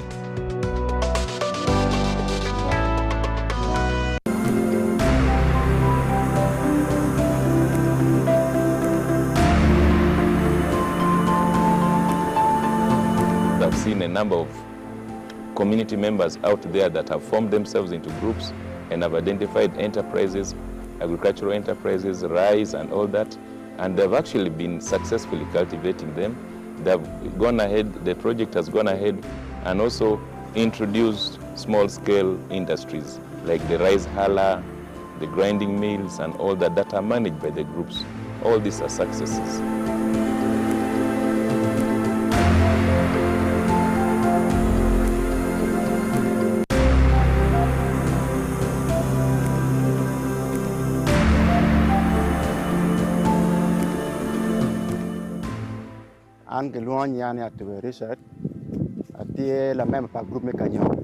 My name is Atube Richard, a member of a group called Kanyope, located in Bungatira sub-county. This group started in 2008, but the Prelnol project started supporting us in 2009. The project has offered us training on farming, and the training we got has helped us immensely. We used to farm in a traditional way, planting a variety of crops. But when the team from Prelnor approached us, they asked us to choose particular seeds to grow which can yield very well in our area. We chose groundnuts. With this kind of farming, the project also taught us how to sell as a group after finding a market. The support from the project has been so good to us.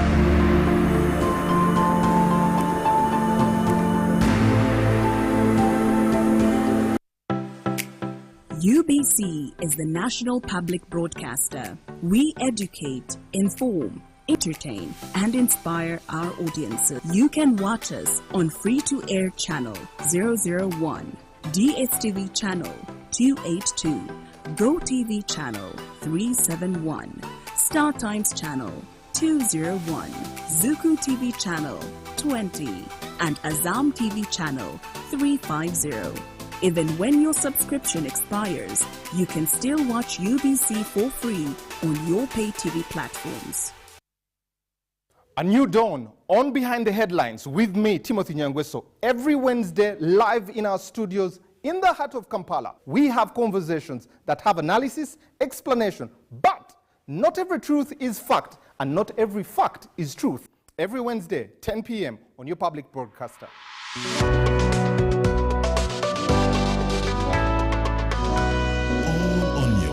Broadcaster, UBC, inspiring Uganda.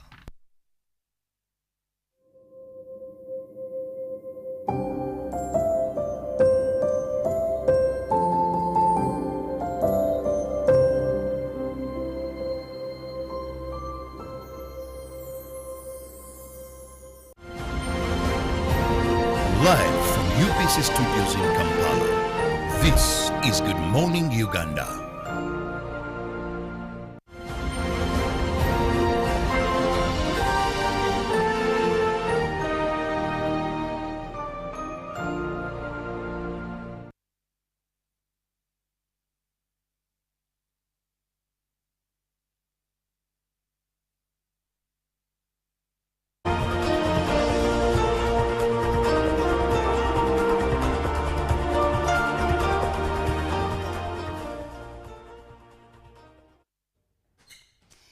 Well, good morning once again. Thank you so much for staying with us from 6:30 to this minute. Time check is 4 minutes past 8 o'clock this morning. My name is Olive Monica Najuma, and this is the time when we have a conversation on Good Morning Uganda. And this segment is Good Morning Uganda Agenda, where we have topical discussions into many issues that affect us. Now, today we have decided to extend our conversation that we had in the newsreel to agenda because we still had a lot of feedback coming in from you.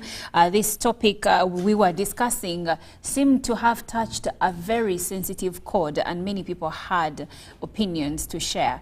And we have decided to extend it. And of course, the question we're asking earlier is what factors should voters take into account as they choose their leaders? It has been said that voters today are looking at mainly basically they don't choose quality, they vote out of emotions, and that's how we end up with the members of parliament that we have in the 11th, for instance, in the 11th parliament, where currently the Committee on Rules and Regulations is even investigating cases of indiscipline in parliament. Chantal earlier said we should not even have such investigations happening because we did not send children to parliament, and I think some people out there may agree. Of course, others may disagree and say, well, people need to be held accountable, or even adults can, and make mistakes. This is why we are here, to hear your views, to hear what your perspective is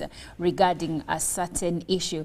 I'm joined by, again, Chantal Olive Akandinda and Jerome Paul Sonko. But before we start having this conversation again, I would like to read some of the comments that were sent through, and of course I encourage you to send more opinions and suggestions through on WhatsApp number 0709 602-592, and those that are commenting on the X app, we will be sharing your views as well. The hashtag is UBCGMU. Now, Francis from Chiriandongo district said, according to him, a senior six leaver cannot struggle for his or her people. If a person goes through the ruling party, there is a lot of freedom there. So this is what Francis says. There is a lot of freedom there. So people will not even bother to fight for their people. And of course, moving on, some people are just sending greetings, but Lumumba, this one says, Lumumba said, whether you are highly educated, if you lack public discipline, then you are dangerous to society. This is from Owen Raymond in Mbali. And this one says, this is from Majidu from Bara, and he says the biggest percentage of Ugandans have no capacity to select right leaders. Even if we are given what to consider for us to select leaders, we will still have many years of suffering with such kind of leaders as the rich contestants go through. I think Majidu raises a pertinent issue here. A couple of weeks ago, we still had a conversation where the youth were saying that the fees for registration to vie for certain positions in parliament should be taken down because many of them cannot afford them. And I remember Chantal saying that some of the people that are being voted are maybe children of rich people. Their parents can facilitate the entire campaign, the entire electoral process up until they are voted, which leaves other people that could have better policies and people that genuinely want to enrich their people. It leaves them out because they don't have the money. What would you have to say about Majid's comment, Chantal? We can explore both sides because one both sides have the advantages and disadvantages. At the end of the day, as a leader, you have to have capacity that is financial, but also on the other hand, if you don't have the financial capacity but you have the idea, how do you present the idea for you to be able to get the vote? Well, in some economies, I will refer to some places that are away from Uganda.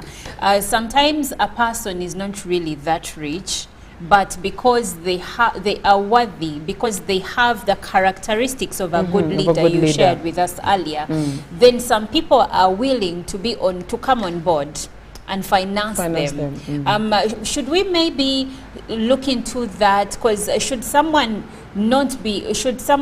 opportunity be taken away? Should I call it an opportunity? Opportunity to serve, yes. The opportunity to serve Yes. be taken away simply because they do not have the financial muscle to stand and even, you know, facilitate a campaign? No, I wouldn't put it that way. And if there is someone who sees the potential of this person, the other challenge would be, like I said, it has the positives and the negatives.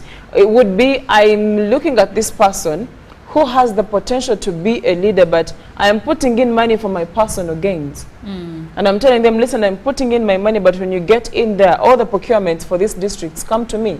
You understand? So you have to assess all these things and look at the motive. And at the end of the day, there are details that we may not even be in position to finish if we went to dig deeper into that conversation. And I actually think you are onto something, because even in those economies I was referring to, yes. you'd find that maybe the people in, let's say, the production of guns, or the ones that want gun control bills to be passed, are facilitating and heavily financing a campaign because they want their agenda. No, that is the nature of politics. That is the nature of politics. Yeah. There is always someone who is going to back you because they do know. They have something they have to gain. Because if you there. look around, even those who come in as independent candidates, in most cases, they have a backing, you know, they have someone backing them, because they know if I have him in power, I will be able to switch him like my own. They owe me money. Yeah, exactly. That position, I literally bought it for them or got it for them. I so they put money into it. They are, how do I call it? They are indebted to me. So when you look at the nature of politics world over, it has the money part of element, it yes. encrypted all over it. So that means if you're going into there, that is why some people actually end up selling off their property in most cases to make sure that they go into parliament, which again takes us back to understanding who are we sending to parliament now. Are we sending in an investor who is you know, investing during the campaigning time? Because when you look at it, in most cases, someone who invests heavily in the campaigning period will first go in the first 1 to 3 years, focus on himself and his family. So you get to look at it in a way that the politics have also become a channel of opportunities. And I don't even want to look at it as an opportunity. That's why I didn't want to even say it should be called an opportunity to serve. It's an opportunity to serve. It's not, because if we say opportunity, what would you call once it? we start looking at it as an opportunity, the term opportunity comes with something of there's always an end product. The end product is a good service delivery. It should be. Ideally. Okay, let's look but into the way we've, you know, when we take it as an opportunity to serve, the smiles from most of the politicians clearly shows you. Let me put it like this. If I say you've been given an opportunity to serve, one, there's an element of passion for the individual. That you're possessing. Yes, for the individual who is being given they have the heart and the will, so and you have the passion opportunity to and serve. the chance You've to do been it. given the opportunity to bring reforms, to bring better policies, to change the lives of your people. It's an opportunity at the end of the day. It is really an But opportunity. they take it a lot as an opportunity, I should say. I see. The opportunity changes into, instead of serving, an opportunity to reap. A serious opportunity to reap. Opportunity to self-serve. Oneself. So I think that is also something that we need. You get. So I think that is something that we also need to eliminate. But like there was also a comment that also caught my attention, where an individual did, you know, quote P.L. Lumumba's words, saying that you're not supposed to, I don't know if you can He said, whether you are highly educated, if you lack public discipline, then you are dangerous to society. This was from Owen Raymond in Mbale. So again, now that takes us back to the time of voting or election time when we are voting. And the only way you can get to understand whether the person is morally upright or is going to serve you with high integrity is seeing them in your society. It goes back to the reason I say that in most cases the people who we are voting are people who have not grown up in these societies or in these districts. Because at the time the government set up more districts, this is where some people actually came up and said, since I have a connection to that district or to that region, my mother was born there, or let's say my father was born from that area. Also. So that means I can easily influence these people to vote for me. So in the long run, you realize that the issue about education, like you put it, someone may have actually got through the best schools in Uganda, or even got the privilege of traveling out of the country and study even more, have returning with a PhD or a master's or even a degree, you can put it that way. And you may expect them to have more knowledge, to have more, better morals than one who hasn't gone to school. But to a surprise, you will realize this person is either too arrogant or either, having less attention to emotional intelligence. And their level of argument is strictly beefed up with insults.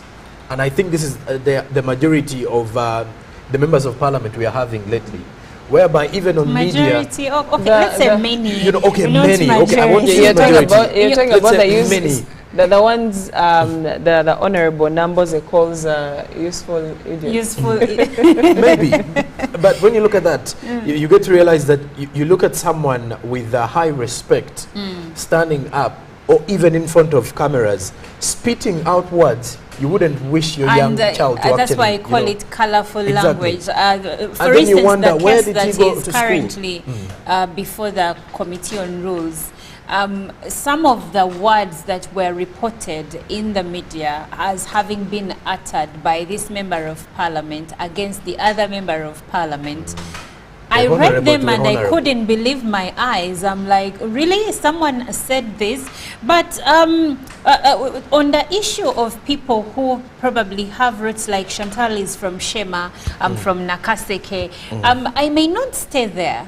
Currently, I may not even have a base there. But what if every time I visit, I'm like, we need a better hospital. The road going home is bad. Maybe we need to change it. And I have the resources and the connections and the ideal to say, you know what, let me stand for MP and maybe try to change the quality of life for my people. You know, that is because right. your major problem, it seems, is Olive stays in Kampala, visits Nakaseke once in a while. I'm looking at it from the voter's perspective. No, hear me. Yes. And this is where my question is coming from. Yes. If someone comes from a region, where do you come from? Buikwe. Okay. If you come from Buikwe, but currently your base is here, but every time you're heading to Buikwe, there are things you see and you don't like. Maybe in your village there are no boreholes, people don't have access to clean water. And you start that connection with the people. And yes, and you're like, let me go to parliament and maybe we could have change. Is that so wrong? No, it's not wrong. I was getting to the point of the voter side. Okay. You know why I put it in that way is that voters at times take less time to identify who is here for a good cause. Now, when you say, when you're coming from, let's say, if someone is coming in from Jinja, and every time you go back to, let's say, visit relatives in Jinja, you always have to go in, feel the concerns of the people, try to look through, understand the area. That is quite different. But we have situations where voters have no idea about who is coming. But all they know of is this person who was raised from the community. So you're always curious to know if this person is from this household, how come we don't know who he is? Let me give you an example. Maybe I was out in Kampala studying, now I've come back. Let me give you an example. Now, when you go back, the time you go back at times, I think this is where you start introducing yourself.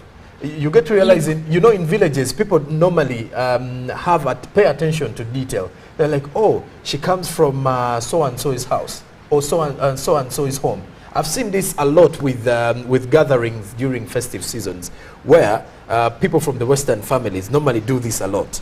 That week of celebrations, once the families are connecting during such a time, Can I say it in our language? I come to you because I see your body. That's the question. During such a time, people start introducing one another because they have 2 weeks of the festive season till January, early January, where they go on to visit one another. So it is a kind of in the Lugandan dialect of Kumanyagana situation, where some of us do Kumanyagana on the 1st of so January. what you're saying is So that these people get to know. leaders, even if Exactly. you come from, let's say me, who proudly comes from Nakaseke, Yes. if I come from there and probably one day I want to be a leader, then during the festive season, get to know people, get known. When people die, People actually use it as you see? During you are burning the to say burial something. ceremonies, you come through and say maybe you're representing your household. Your household. so People are kuzi- seeing you that you're connected to them. You're connecting to people. What if? What if? And I wanted to go to what Chantal wanted to say. As a technique that it's but what if you people just do it for a given period of time? It will still show. It will still show. But you've It will already still show. voted them. No, it will still show. No, the good thing about Ugandans now, what I also love from the 2021 elections is that people are so actually seeing things. In 2026, I can assure you there are some members of parliament who are not retired. There is one that Yes. was in the media who is now a member of parliament, and when he went back to his constituency, he was literally chased out because people So said, since we voted for you, we've never seen So you. they know, they actually have it in their mind that this gentleman is not going back. Wow. Chantal, you had something to say. No, I wanted to contribute to what he was trying to bring out how strategic some of these people are. And I also wanted to say this. Imagine a family. My grandfather has been in that particular village where I come from for very many years. When you get to a particular town and mention his name and say, I'm going to his home, every border guy almost will take you to that home. Because they know who they are. Thank you. Now here comes a Chantal who is a grandchild in that home. I'm from Kampala. And these people in these places think if you're from Kampala, you've made it in life. They don't even know that sometimes things are flooding here. But yes, now I get there, and when I get to church and someone asks me, no Rugankai, those are the questions, or as in, where do you come from?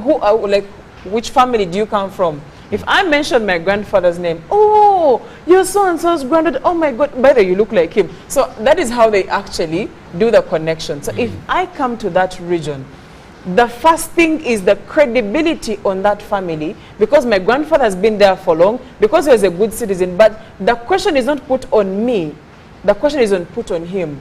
The question is put on him. So at the end of the day, I am riding under the name of my grandfather or my father, but I have not been vetted or assessed. So you might be voted just because your Which family is also a well worry, by the way. standing in It's also a worry. So that Yet now it does not guarantee the type that of I will hereditary, be a good leader. Hereditary politics here. Leave alone the hereditary politics, but you raise a pertinent issue. But also now Chantal says, because my family has a good name, then I might be given, for instance, I know someone who is a member of parliament, but personally I believe, and I've had some people say it is because her father had been an RDC in this area for a long time, and he was a good RDC. So when the daughter came up to become a member of parliament, people just voted for her because the father was a good man. So they ideally had connected with the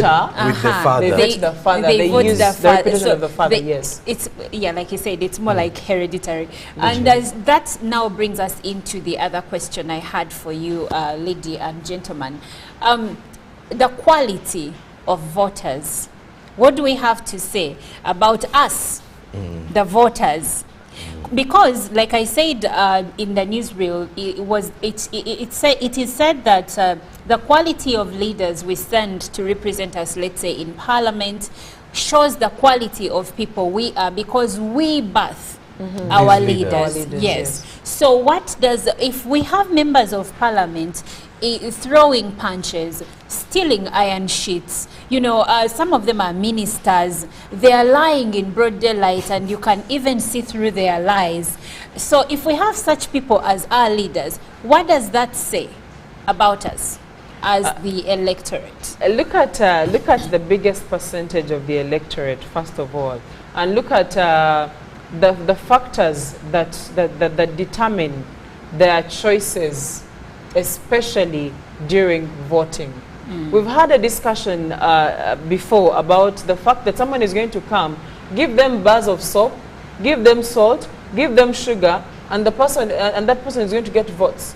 Do you know why? Because one, these people are used to taking sugar on Christmas or Easter, if they take or sugar on Eid. Christmas. That is if they actually get access to Cooking oil. Thank you. So you realize that our the quality of our electorates also needs to be vetted. These people do not know their rights as well when it comes to how do I choose this person. These people do not know that they're being manipulated into voting these people. It seems like we're lending a helping hand, we're extending some help, or there's a charity organization, oh, I'm paying school fees for 50 people. Someone has died, then you come come for the burial, you yes. pledge to church. Every time we've lost someone in my home and we have a service, there is always something about building the church, putting the windows, putting the doors. You come and pledge to. And the moment you pledge, 30 bags of cement, my friend, you're the rich guy in the church. You get it. So you realize that our mindsets, even as electorates, the biggest percentage, our minds are small. We think shallow. We don't see past the bar of soap, past the 1 kilo. When it's done, what next? Is this person going to come and supply again? So Chantal, in your opinion, an argument. Sorry. Okay. There's also an argument that the worry for some of the voters is, I might vote someone who is, you know, where the financial bit comes in, where at times I don't, you know, want to blame the voters, that the gentleman may come and provide solutions as short-term solutions, because during campaigns it's always the short-term solutions, as though bribing someone to vote for you. So if this person provides short-term solutions, in your mind you're like, ideally maybe this kind of person will be able to see what we are going through, or is has the financial capacity to withstand the pressure that may come with a lot of money. Oh, they're already in the money economy. You're saying that they are already financially sound, so they won't go and start squandering public funds. When you have the other one who is not financially there, you feel like if they go in there, the very first thing they will do is to enrich themselves, and change home as well. Though the things have changed, even those who have money, yes, that is where I'm coming to. That we've also seen those who have money becoming the most hungry people about government resources, whereby they are the ones that are contributing directly to corruption. So it is something that goes 50-50 for me. We honestly need we need an overall attitude and mindset change for the voters. Why do I say this? If I am coming and I'm presenting short-term solutions, are these short-term solutions even sustainable? So this is where my question comes. If voters are voting people because they have provided them with the short-term solutions, let's look at the underlying problem. Why are voters easily influenced by short-term solutions? What could be the contributing factor to this? High poverty levels.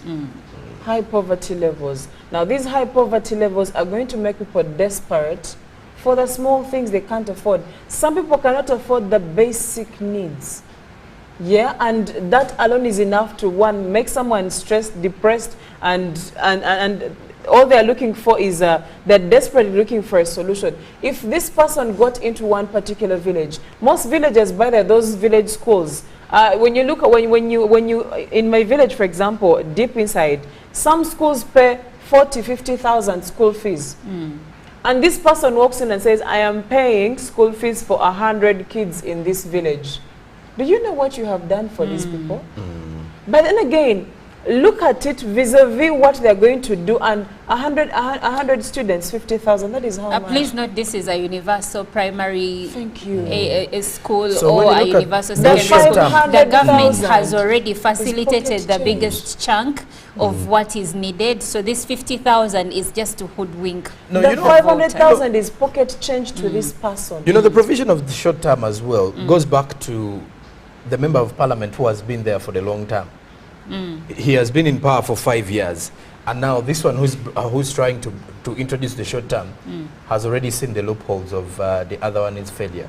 So he sees that the other one has failed to present our issues these are the issues affecting the people. And also, please, Ugandans should as well note that a member of parliament getting money from his pocket giving to you is not his duty.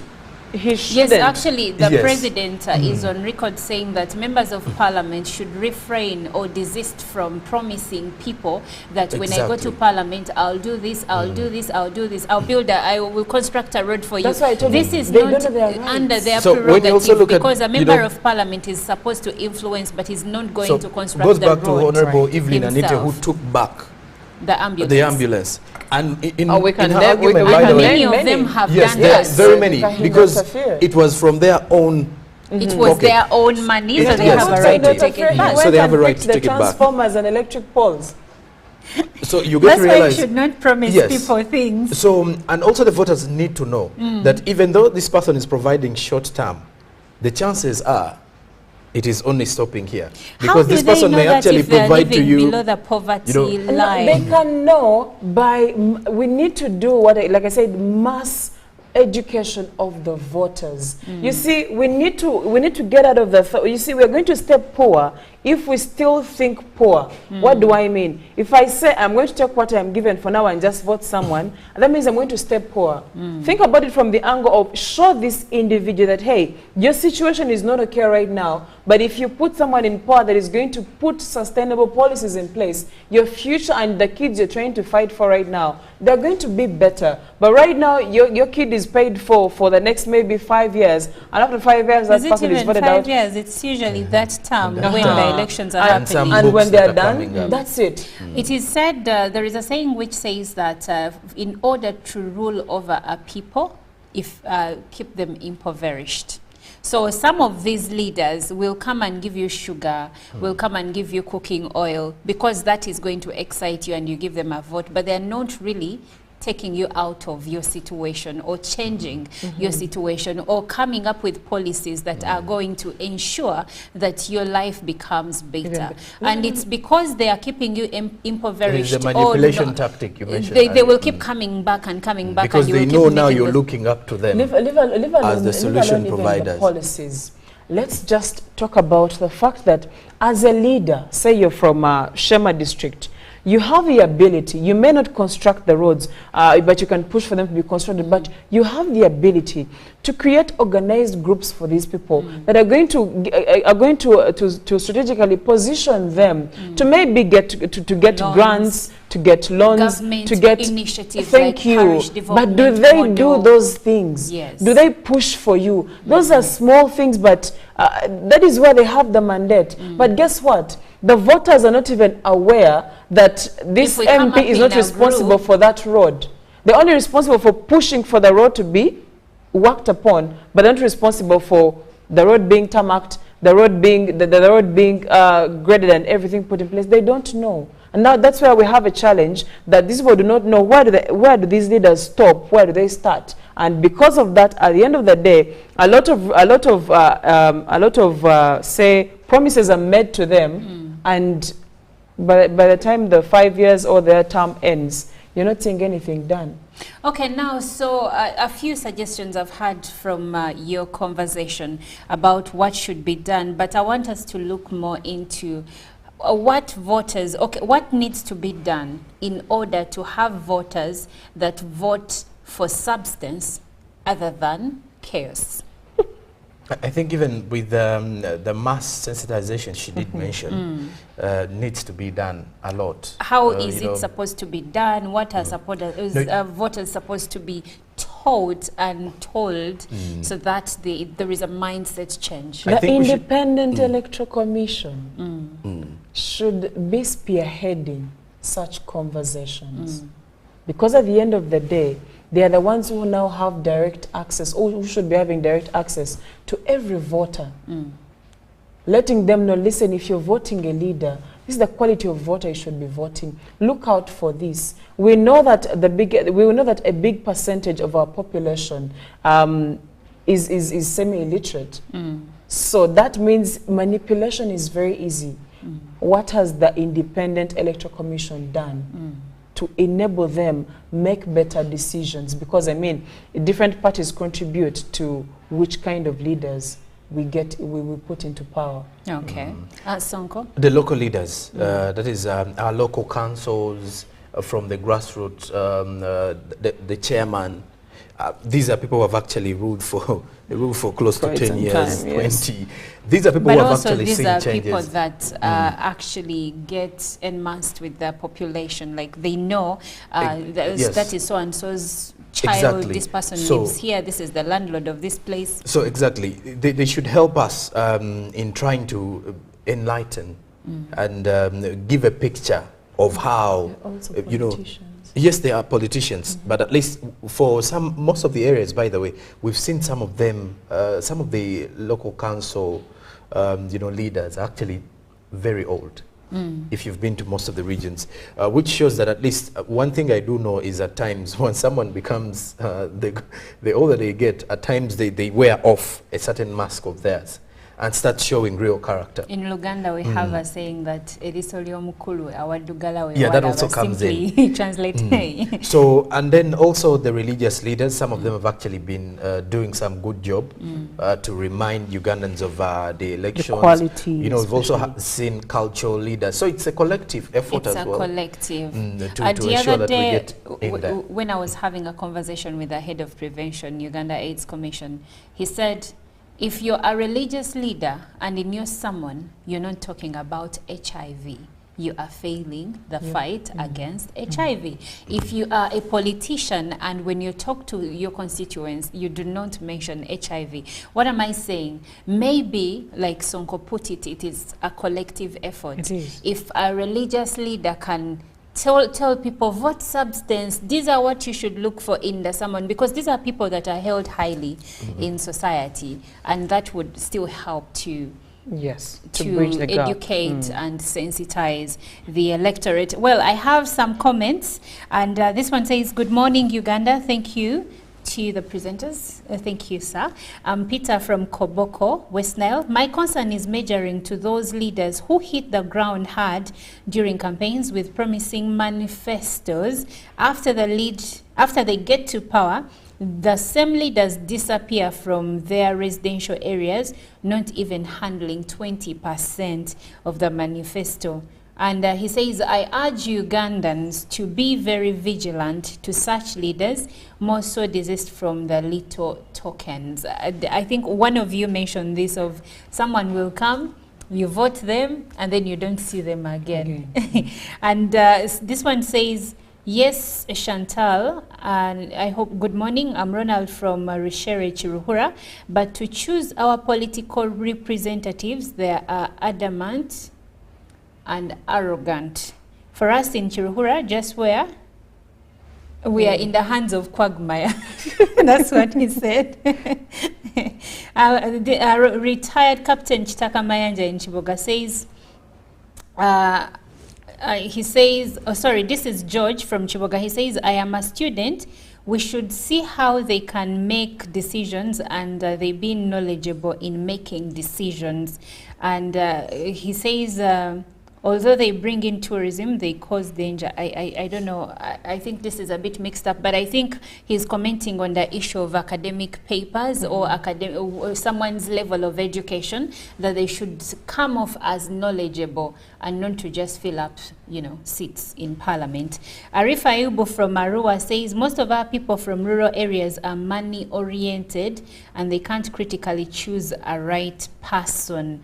And this one says, good morning, I'm Obama Alan from Tinda. The politics of Uganda really have become the business of our leaders. They are no longer serving the needs of the people. And this one says, good morning, ladies and gentlemen. Thanks for the topic of discussion. In the event that the Electoral Commission has failed voters on civic education, you come in handy. The pertinent issues that you are putting across have been ignored by our overzealous political players. So basically, he's giving a vote of thanks to the media. But like Sonko said, it is a collective. Chantal, Joram Paul, myself, you who is watching, we all have a collective responsibility to ensure that we sensitize each other, that we teach each other about voting and of course the rights of voters, and also to know what we voters should look out for when choosing their leaders, because some people, like Chantal said, are semi-illiterate, others are illiterate. That's why you and I come in, because it has also been said that the elite in this country do not vote. They say politics is a dirty job. They stay away from making the one most powerful and Until most now, influential the decision. affecting all of us. And now they go on Twitter and complain about potholes and whatnot. You're supposed to be part of this, because at the end of the day, if you let the semi-illiterate and illiterate to choose for you, well, you can't be the same person that comes back and complain about the quality of your leaders. Well, this has been Good Morning Uganda. We are going to end here, but thank you so much for your views and your suggestions, your opinions, and for watching Good Morning Uganda from 6:30 up to this minute. Ruben Impima is coming up with the sports updates.